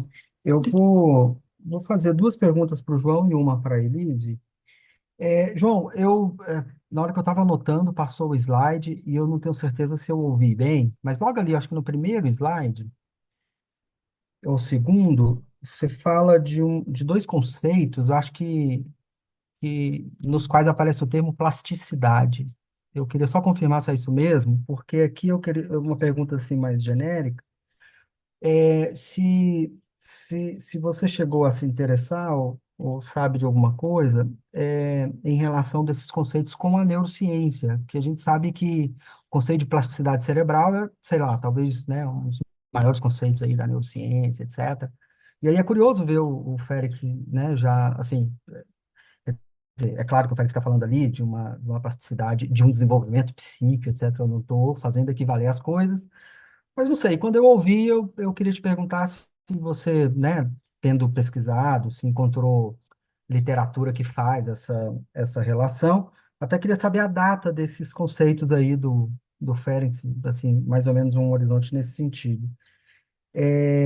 E aí, uma outra pergunta, assim, parabéns, João, pela defesa do doutorado, não sabia que você já tinha defendido. É, assim, porque eu fui ouvindo o seu trabalho, a sua apresentação, e aí eu fiquei um pouco em dúvida, assim, parece que tem um interesse clínico muito forte no seu trabalho. Isso não... E aí eu queria só que você comentasse, assim, você falou de uma pesquisa histórica conceitual, né? Se você comentasse um pouco essa coisa do interesse mais conceitual do seu trabalho e do interesse clínico, a noção do trauma, enfim, mas eu senti, assim, uma relevância clínica, não sei se acentuada na exposição, me fala um pouco como é que você olha para o seu trabalho desse ponto de vista de um interesse mais teórico e de um interesse clínico. Elise, eu vou fazer, talvez, não é exatamente a mesma pergunta que o André, mas a pergunta vai na mesma direção, talvez formulando de maneira levemente diferente. É que a gente pode pensar cuidado sem a romantização, né? Então, por exemplo, você falou, né, que teve acesso a esses dossiês, e eu me lembrei imediatamente, Caio, daquela exposição que a gente foi ao Salpêtrier, que foi uma exposição, Elise, queria saber se você viu esse documento, que são dos desenhos do Charcot, desenhos que ele faz dos histéricos, né? E, bom, ali fica um pouco, né? Você chamou atenção, é alguém muito detalhista, né? Alguém, enfim, que é muito atencioso, etc. Mas tem alguma coisa de estetizante ali, né? Quer dizer, tem uma espécie de charco artista ali, porque mesmo os desenhos são formidáveis, assim. Eu lembro que o impacto estético de você ver aquilo, né, Caio, é uma coisa forte, assim. e embora soe um pouco um fundo melancólico e tal, dada a natureza, né? Mas eu queria saber isso, porque aí você falou, olha, tem aqui toda uma questão de sistema de mobilidade, que a gente também precisa se perguntar mais e tal. E aí essa coisa dos desenhos, porque ali são os desenhos assim, dos movimentos dos histéricos, né? Então mostra os pés tortos, as mãos, assim, as pegadas, é uma coisa bem forte.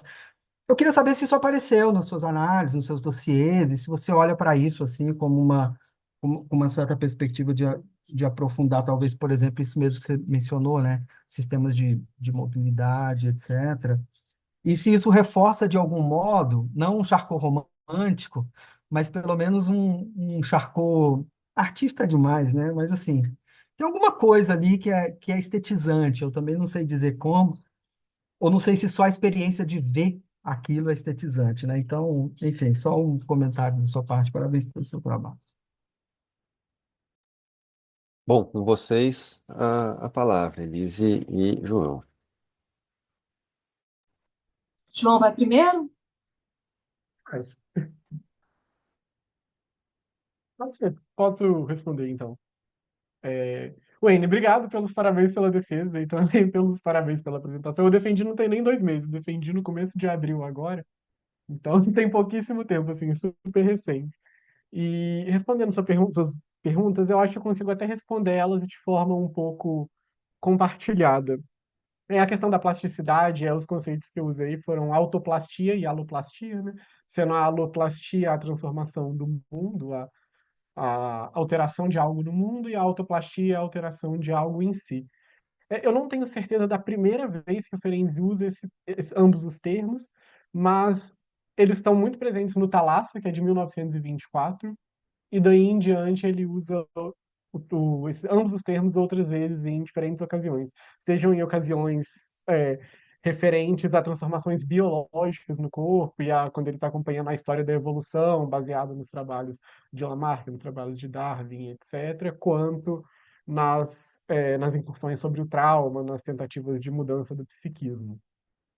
E isso ficou uma questão para mim mais para o final do trabalho, quando eu já estava me encaminhando à conclusão do texto e tal, do que fazer em seguida com o trabalho, né? De qual rumo tomar com o trabalho daí em diante, o que fazer a partir disso. E aí, quando você traz a questão da neurociência e a questão da plasticidade relacionada a essa área, uma das possibilidades de avanço da pesquisa seria uma ponte entre essas duas coisas, né? Que foram algumas questões que surgiram para mim, discutindo os textos, tanto com a Fátima nas reuniões, quanto com o Vinícius lá na Itália, que também tivemos bastante discussões, né, nesse rumo. E um dos pontos que eu não abordei no trabalho, que tem uma certa relação, no trabalho, na apresentação hoje, né, que tem uma certa relação com isso, são as questões das transformações corporais, digamos assim. E dentro disso eu já posso adiantar um pouco da resposta da segunda pergunta também em relação à questão da dinâmica histórico-conceitual com a clínica, porque um dos autores que o Ferenczi se aproximou muito ao final da vida, quando ele foi se distanciando do Freud, principalmente nos anos finais, foi o, o George Grodek, né, que foi um psicanalista completamente voltado a essa dinâmica corpo-psiquismo, digamos assim. E uma das outras consequências das neuroses de guerra que o Ferenczi narra e que eu não abordei aqui hoje foi a pressuposição que ele traz que existiria um sistema biológico de armazenamento que seria alheio ao sistema psíquico de armazenamento, digamos assim. Ele operaria de uma forma diferenciada e nesse sistema que ele chama de sistema minêmico do eu, diferentemente do sistema minêmico é, das coisas, nesse sistema, o próprio organismo, as células usando a linguagem daquela época, etc., seria responsável por armazenar em uma memória corporal tudo o que aconteceu com o aparelho psíquico, seja como uma impressão, seja como uma expressão, sem que isso necessariamente tivesse que passar pela palavra. Então, uma das respostas das consequências que ele traz das neuroses de guerra são as repetições do são repetições que não dependem da representação, são repetições de, sei lá, o braço, por exemplo, que está paralisado, ele vai dizer que está paralisado por conta disso. O corpo armazenou, e isso em nenhum momento passou por uma uma representação, digamos assim. Isso é um conceito que ele vai manter até o final da obra e que deixa uma margem muito grande para relacionar com estudos atuais, relacionados a essa capacidade de alteração corporal, a essa capacidade de que algo possa ser criado ou destruído sem que isso necessariamente passe pelo aval do psiquismo, né, digamos assim. Outro texto que ele traz um pouco disso é A Criança Mal Acolhida e Sua Pulsão de Morte, em que ele vai dizer que muita da destrutividade que pode ser trazida pela pessoa são os registros corporais do desamparo infantil, digamos assim, né? O bebê que não tem quase nenhum registro corporal de afeto, digamos assim, ainda que isso seja antecedente à linguagem, que ele não tenha a capacidade de pensar racionalmente naquele desamparo vivido, aquele desamparo está marcado no corpo, de certa forma, digamos assim. Então, sim, eu acho que essa questão da plasticidade tem muito a relacionar com esses estudos atuais e um dos eixos que eu ainda estou pensando que eu possa me encaminhar nessa fase pós-defesa agora, né, em pesquisas posteriores. E para concluir a resposta, relacionando isso à segunda pergunta, essa parte clínica ela ficou muito evidente porque, devido à parte histórica do trabalho, eu acabei pegando muitos dos casos clínicos que o Ferenc atendeu e pegando muito dos outros autores que ele dialogava naquele momento, né? Então, nessa parte final do trauma, por exemplo, ele está dialogando com outros autores e a clínica se torna muito evidente, digamos assim, né? Esse aspecto ele é um pouco mais, por exemplo, implícito em outros capítulos do trabalho em que o Ferenczi está dialogando principalmente com autores mais voltados ao evolucionismo, né? Por exemplo, no Thalasso, assim, que a parte clínica do trabalho é quase inexistente, ficou um trabalho, às vezes, quase biológico, né? Que eu tive que ler várias coisas de psicanálise com biologia, a clínica ficou um pouco de lado, assim. Então, é uma observação bem boa, bem importante, porque realmente esse capítulo final ficou um capítulo que trouxe, esse é o capítulo final da tese, né, o que eu apresentei hoje, ele trouxe reflexões clínicas, não só daquele momento, do que o Ferenc estava desenvolvendo ali, quanto para a clínica atual, que tem muito a ver com a redescoberta da obra dele há algumas décadas, né, e também ao que ela pode contribuir com os casos difíceis na psicanálise de hoje em dia, né? Então, é isso, assim, Respondi. Claro, obrigado. João, só uma coisa antes de passar para a Elisa. Claro, e o título da comunicação de hoje falava da contribuição clínica. Esse é o título da tese ou não? Se não for, qual ficou o título da tese? O título da tese ficou Contribuições Metapsicológicas de Sandor Ferenczi à Constituição, à Compreensão do Desenvolvimento Psíquico. Ah, legal, legal. Parabéns, João. Obrigado. Obrigado. Oi, Wayne. Bom, obrigada por você ter feito essa pergunta, porque eu confesso que eu ainda fico elaborando, sabe, essa coisa dos desenhos do Charcot. Até queria citar que no final do livro eu faço um apêndice só para falar sobre os desenhos do Charcot. Então, assim, de forma muito ensaiada, né, eu arrisco dizer que o Charcot, ele estava, ao fazer esses desenhos, é claro, tá lá querendo mostrar onde estavam as lesões, como que era a contratura do braço do Maurice Girard, onde que situava, né, a escara no sacro da paciente, taraná. Então, todos esses desenhos, né, que eu reuni, eles me chamaram muita atenção. E primeiro eu achei bonito, sabe? Ele desenhava, ele coloria, né, com aquarela, né? Depois uma bibliotecária lá me explicava, né, que conhecia um pouco mais sobre esses recursos, né, do desenho, ela me contava o que ele fazia. No filme da Augustine também mostra ele desenhando, né, com cores bem vívidas e tal. Então a impressão que me dá é que assim, ele ensaia sem querer querendo, com intenção ou não, ele ensaia fazer uma representação de algo que não tem palavra, porque a própria história da plasticidade, que é esse conceito tão importante para a gente pensar os acontecimentos do corpo, etc., se não me falha a memória, a questão da plasticidade, acho que eu escrevi também um pouco sobre isso no livro, é assim, ela acontece no nível das sinapses, né? Ela muda, ela modifica os circuitos neurológicos.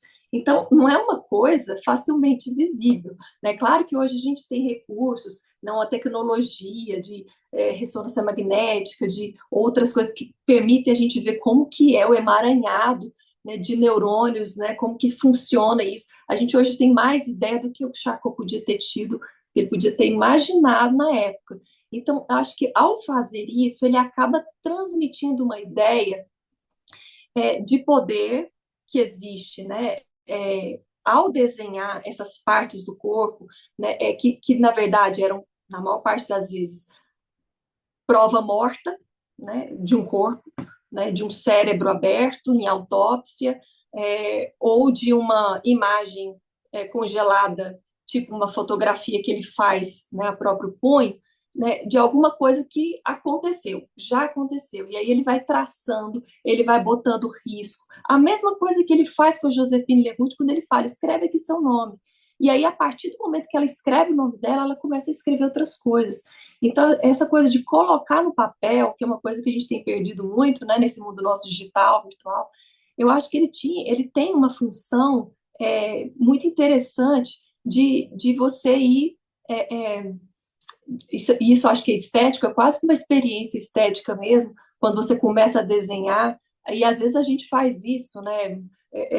Quando a gente vê muito, né, quem está escutando, às vezes, uma palestra e está ali, né, com uma atenção difusa, vamos dizer assim, começa a desenhar qualquer coisa no papel, a gente nem sabe que está desenhando direito, ou está conversando no telefone com alguém, fica ali rabiscando. Então, isso, né, no lugar comum. Agora, um pesquisador que começa a fazer um desenho e que quer botar a cor, quer mostrar ali, né, tem um cuidado, né, e aí eu acho que a coisa do cuidado aparece muito nos desenhos. Então, acho que tem uma certa uma poesia, porque ele tira, ele contorna o poder, né, de um organismo não mais vivo, né, que pode assim, encontrar numa linha de desenho, né, na escrita, no colorido, uma vida ressuscitada. Né? Tipo, olha aqui o que aconteceu com essa pessoa.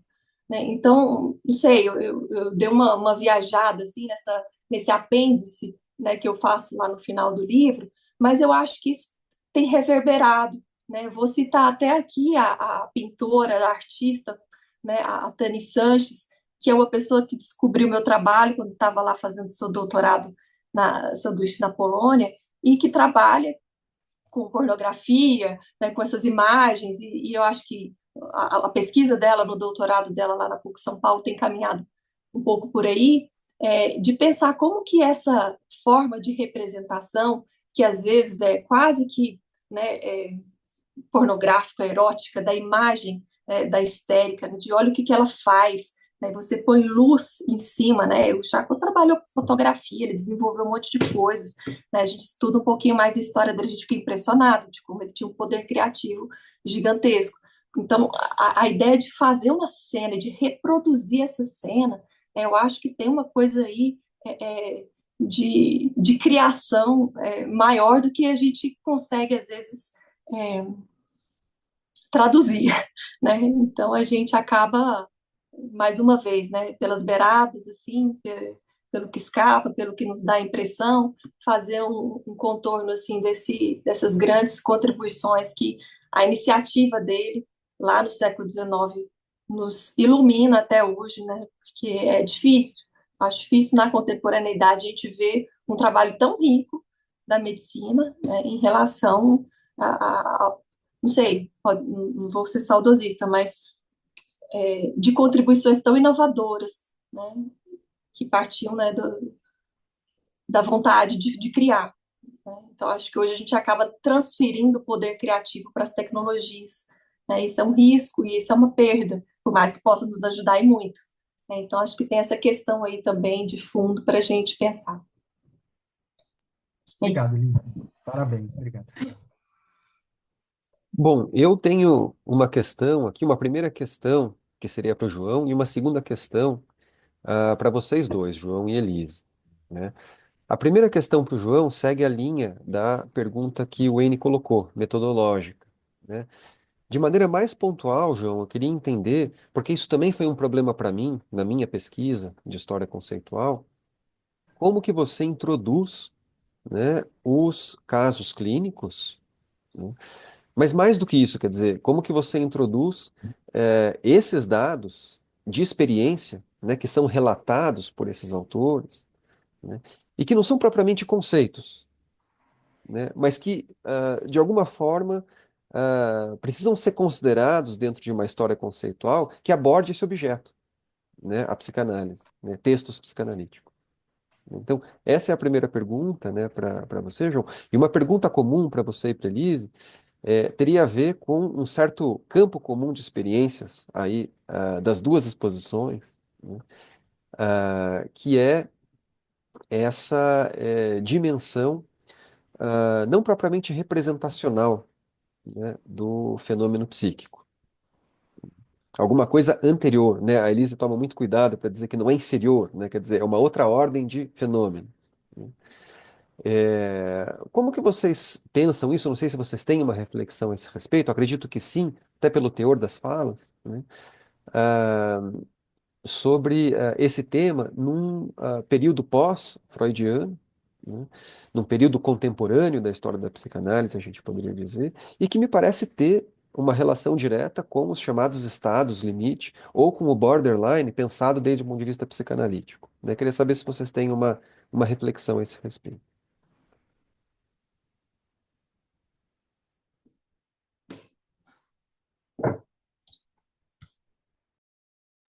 Bom, era até um slide que estava aqui mais para frente, Caio. Vou tomar licença aqui, João,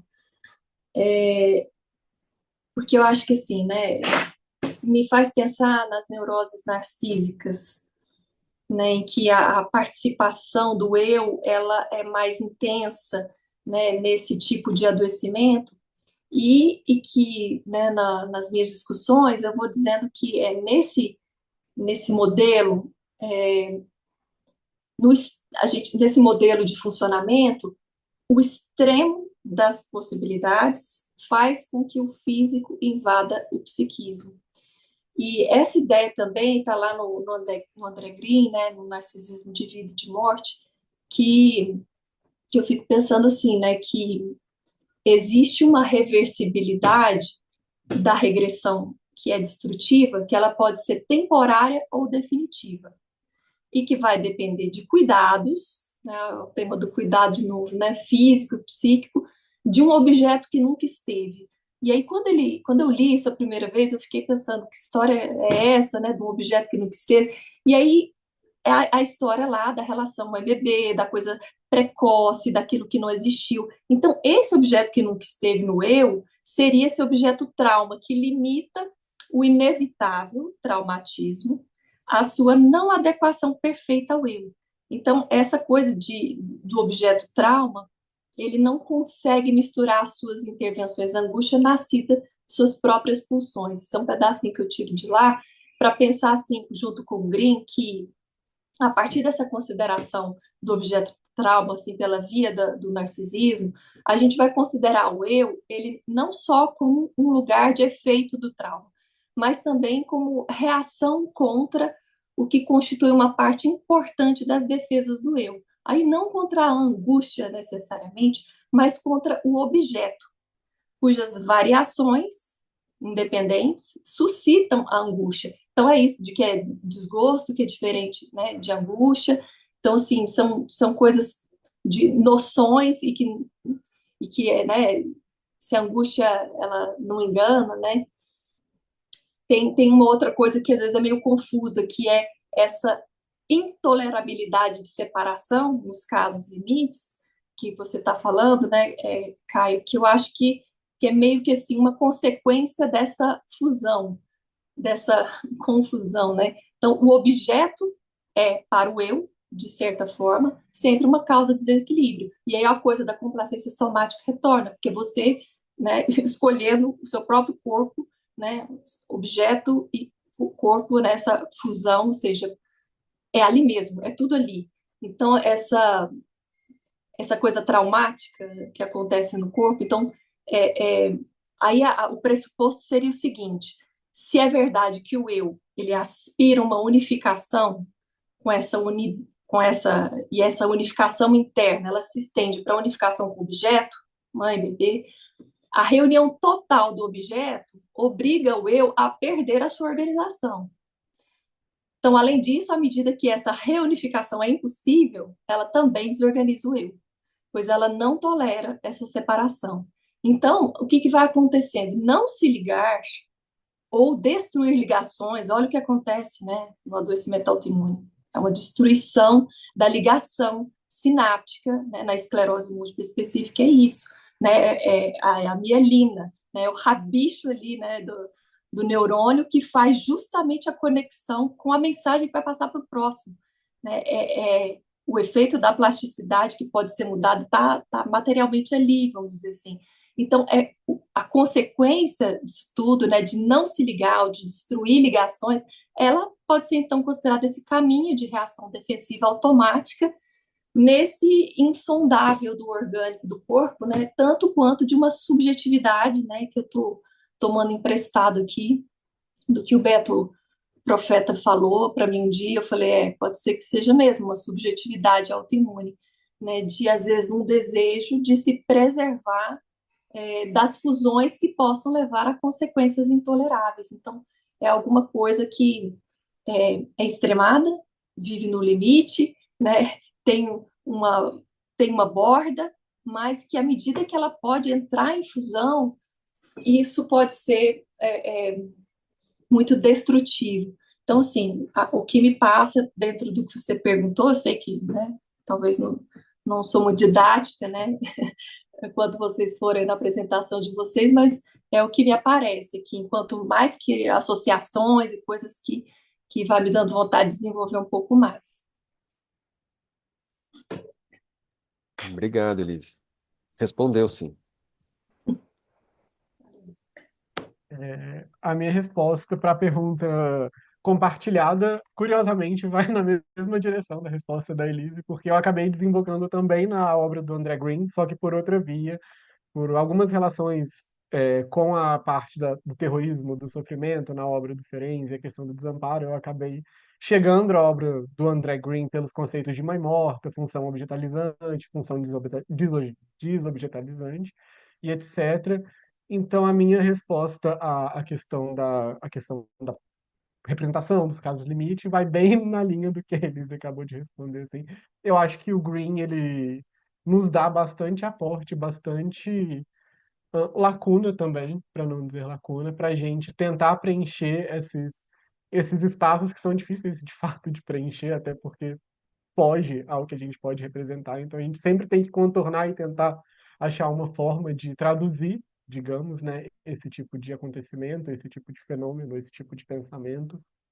E mesmo diria que também na obra do Ferenczi, porém como um ponto de partida, porque eu tenho a impressão de que desde que realmente a obra voltou a entrar nos campos de discussões psicanalíticos e no campo de discussões acadêmicos, ela sempre foi muito voltada para a técnica clínica, para a questão do trauma diretamente prático, digamos assim, para a questão do desmentido mais recentemente, questão de desmentido social e etc. E a parte corporal sempre foi muito deixada de lado, assim. Quando eu fui lidar e estudar os casos das neuroses de guerra, esses trabalhos, foi muito difícil achar literatura sobre isso, e é um trabalho que tem implicitamente toda implicitamente, em alguns casos explicitamente, deixa uma grande vastidão de lacunas e de possibilidades de se pensar o que está fugindo ali que pode ser construído em cima com relação à falta de representação, digamos assim. Então, acho que partindo dessa parte um pouco esquecida da obra do Ferenczi para o caminho até o André Green e daí em diante, eu acho que é como eu vejo essa situação hoje em dia, assim, como que eu me aproximo dela. E quanto à questão dos casos clínicos, realmente isso foi difícil de abordar com relação à perspectiva histórico-conceitual, porque a ideia do trabalho em si, além de pegar a parte do desenvolvimento, foi pegar basicamente o que na metapsicologia do Ferenczi estava sendo diferente daquela metapsicologia base naquele momento para a compreensão do desenvolvimento psíquico. Então, o eixo de pesquisa, digamos assim, foi basicamente pegar o que o Ferenczi estava dizendo ali, o que poderia ser extraído da metapsicologia que ele estava apresentando, se isso era similar ou diferente ao que estava sendo discutido naquele momento, né? Por exemplo, no caso das relações objetais, o quanto aquilo tinha a ver com o que o Freud diz de angústia, por exemplo, no Inibição, Sintoma e Angústia, e basicamente triangulando o que era similar, o que era diferente, e a partir disso, colegado à investigação dos casos clínicos para saber o que na clínica estava levando o autor tanto a repensar aquela metapsicologia, quanto a discutir com os pares dele ao redor, seja com Freud ou com outros autores que a gente vê muito pouca relação nos estudos comparados hoje em dia, como, por exemplo, a Lu André Salomé, que tem uma certa correspondência com Ferenczi, tem certas ligações teóricas, a Sabine Spielrein, quanto à questão da pulsão de morte, o Ferenczi se baseia em alguns trabalhos da Sabine Spielrein, e o George Grodek, quanto à questão da psicossomática. Então, acabou que os casos entraram basicamente como uma tentativa de compreender a razão da metapsicologia ser alterada dentro da obra desse autor e como que isso estava colocado em relação, seja em conflito ou em diálogo, com a psicanálise daquele momento. Bom, obrigado, João, pela resposta. A gente não tem muito tempo, mas se alguém tiver uma pergunta, vocês mesmos, né, João e Elise, caso queiram perguntar a algum ou outro, temos aí 5 minutos.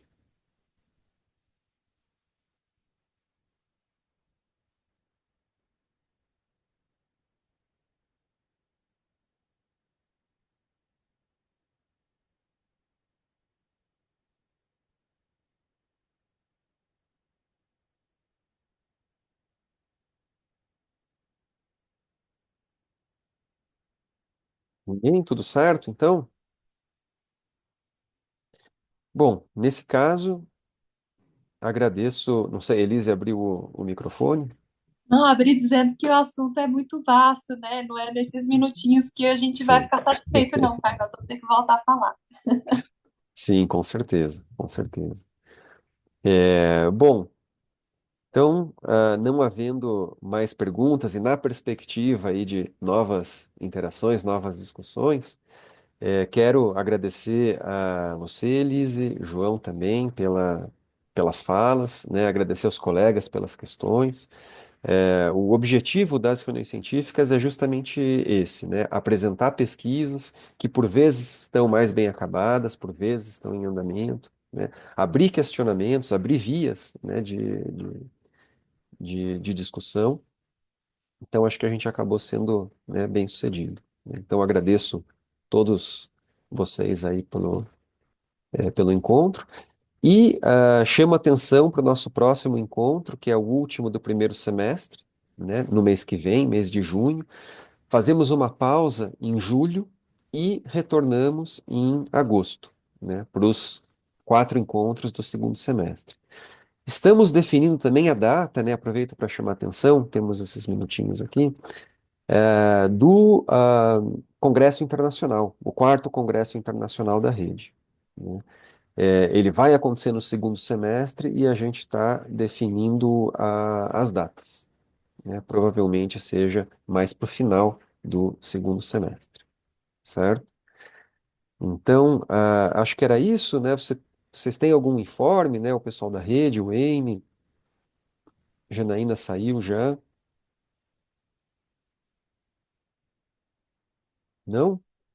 Bom, então ficamos por aqui. Bom final de tarde para todo mundo e até o próximo encontro. Até a Caio. próxima, gente. Tchau, Tchau, tchau. tchau. Um Oi, Caio. abraço. Caio. Opa, André, por favor. Bom, no dia 7 nós temos aquele encontro no SED sobre o Otto Rank. É Eu verdade. queria, eu queria saber se você vem para São Paulo ou se você vai participar à distância. Vou presencialmente a São Paulo, né? Tá Não bom. quis fazer autopropaganda aqui, né? Mas vamos organizar em São Paulo, no SEDES, um Sim. encontro sobre, né, em torno, né, de algumas obras do Otto Rank que foram traduzidas para o português, né? Uma dessas traduções foi feita pelo André, né? O Linhas de... como que você traduziu? Metas de desenvolvimento Metas de desenvolvimento da da psicanálise. psicanálise, que é um livro Isso. publicado pelo Rank e pelo Ferenczi, justamente, em 1924, uma obra bem importante, né, para se pensar aí esses novos encaminhamentos da psicanálise, né, a partir dos anos 20.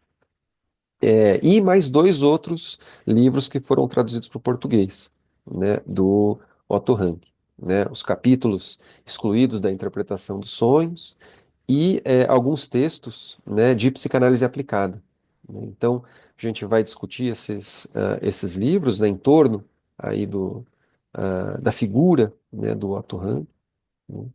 Então estão, né, todos convidados, aqueles que estiverem em São Paulo, né, ou que tenham condições de se deslocar. Se não me engano, vai ser às 10h30, né, André, no Isso. SEDES. Tá divulgado no grupo, né? A Sim, Janaína divulgou, tá certo. tá bom? Então, Mas então, a fico, gente por aqui, então, tá certo. Abraço, tá? então, André. Até dia Abraço. 7. Obrigado. Obrigado, Elise. Obrigado ao João. Obrigado a todo mundo. Até mais. Valeu, prazer conhecer você, André. Tchau. Tchau, Tchau. tchau. Até mais. Até. Prazer, pessoal. Obrigado. Tchau, tchau.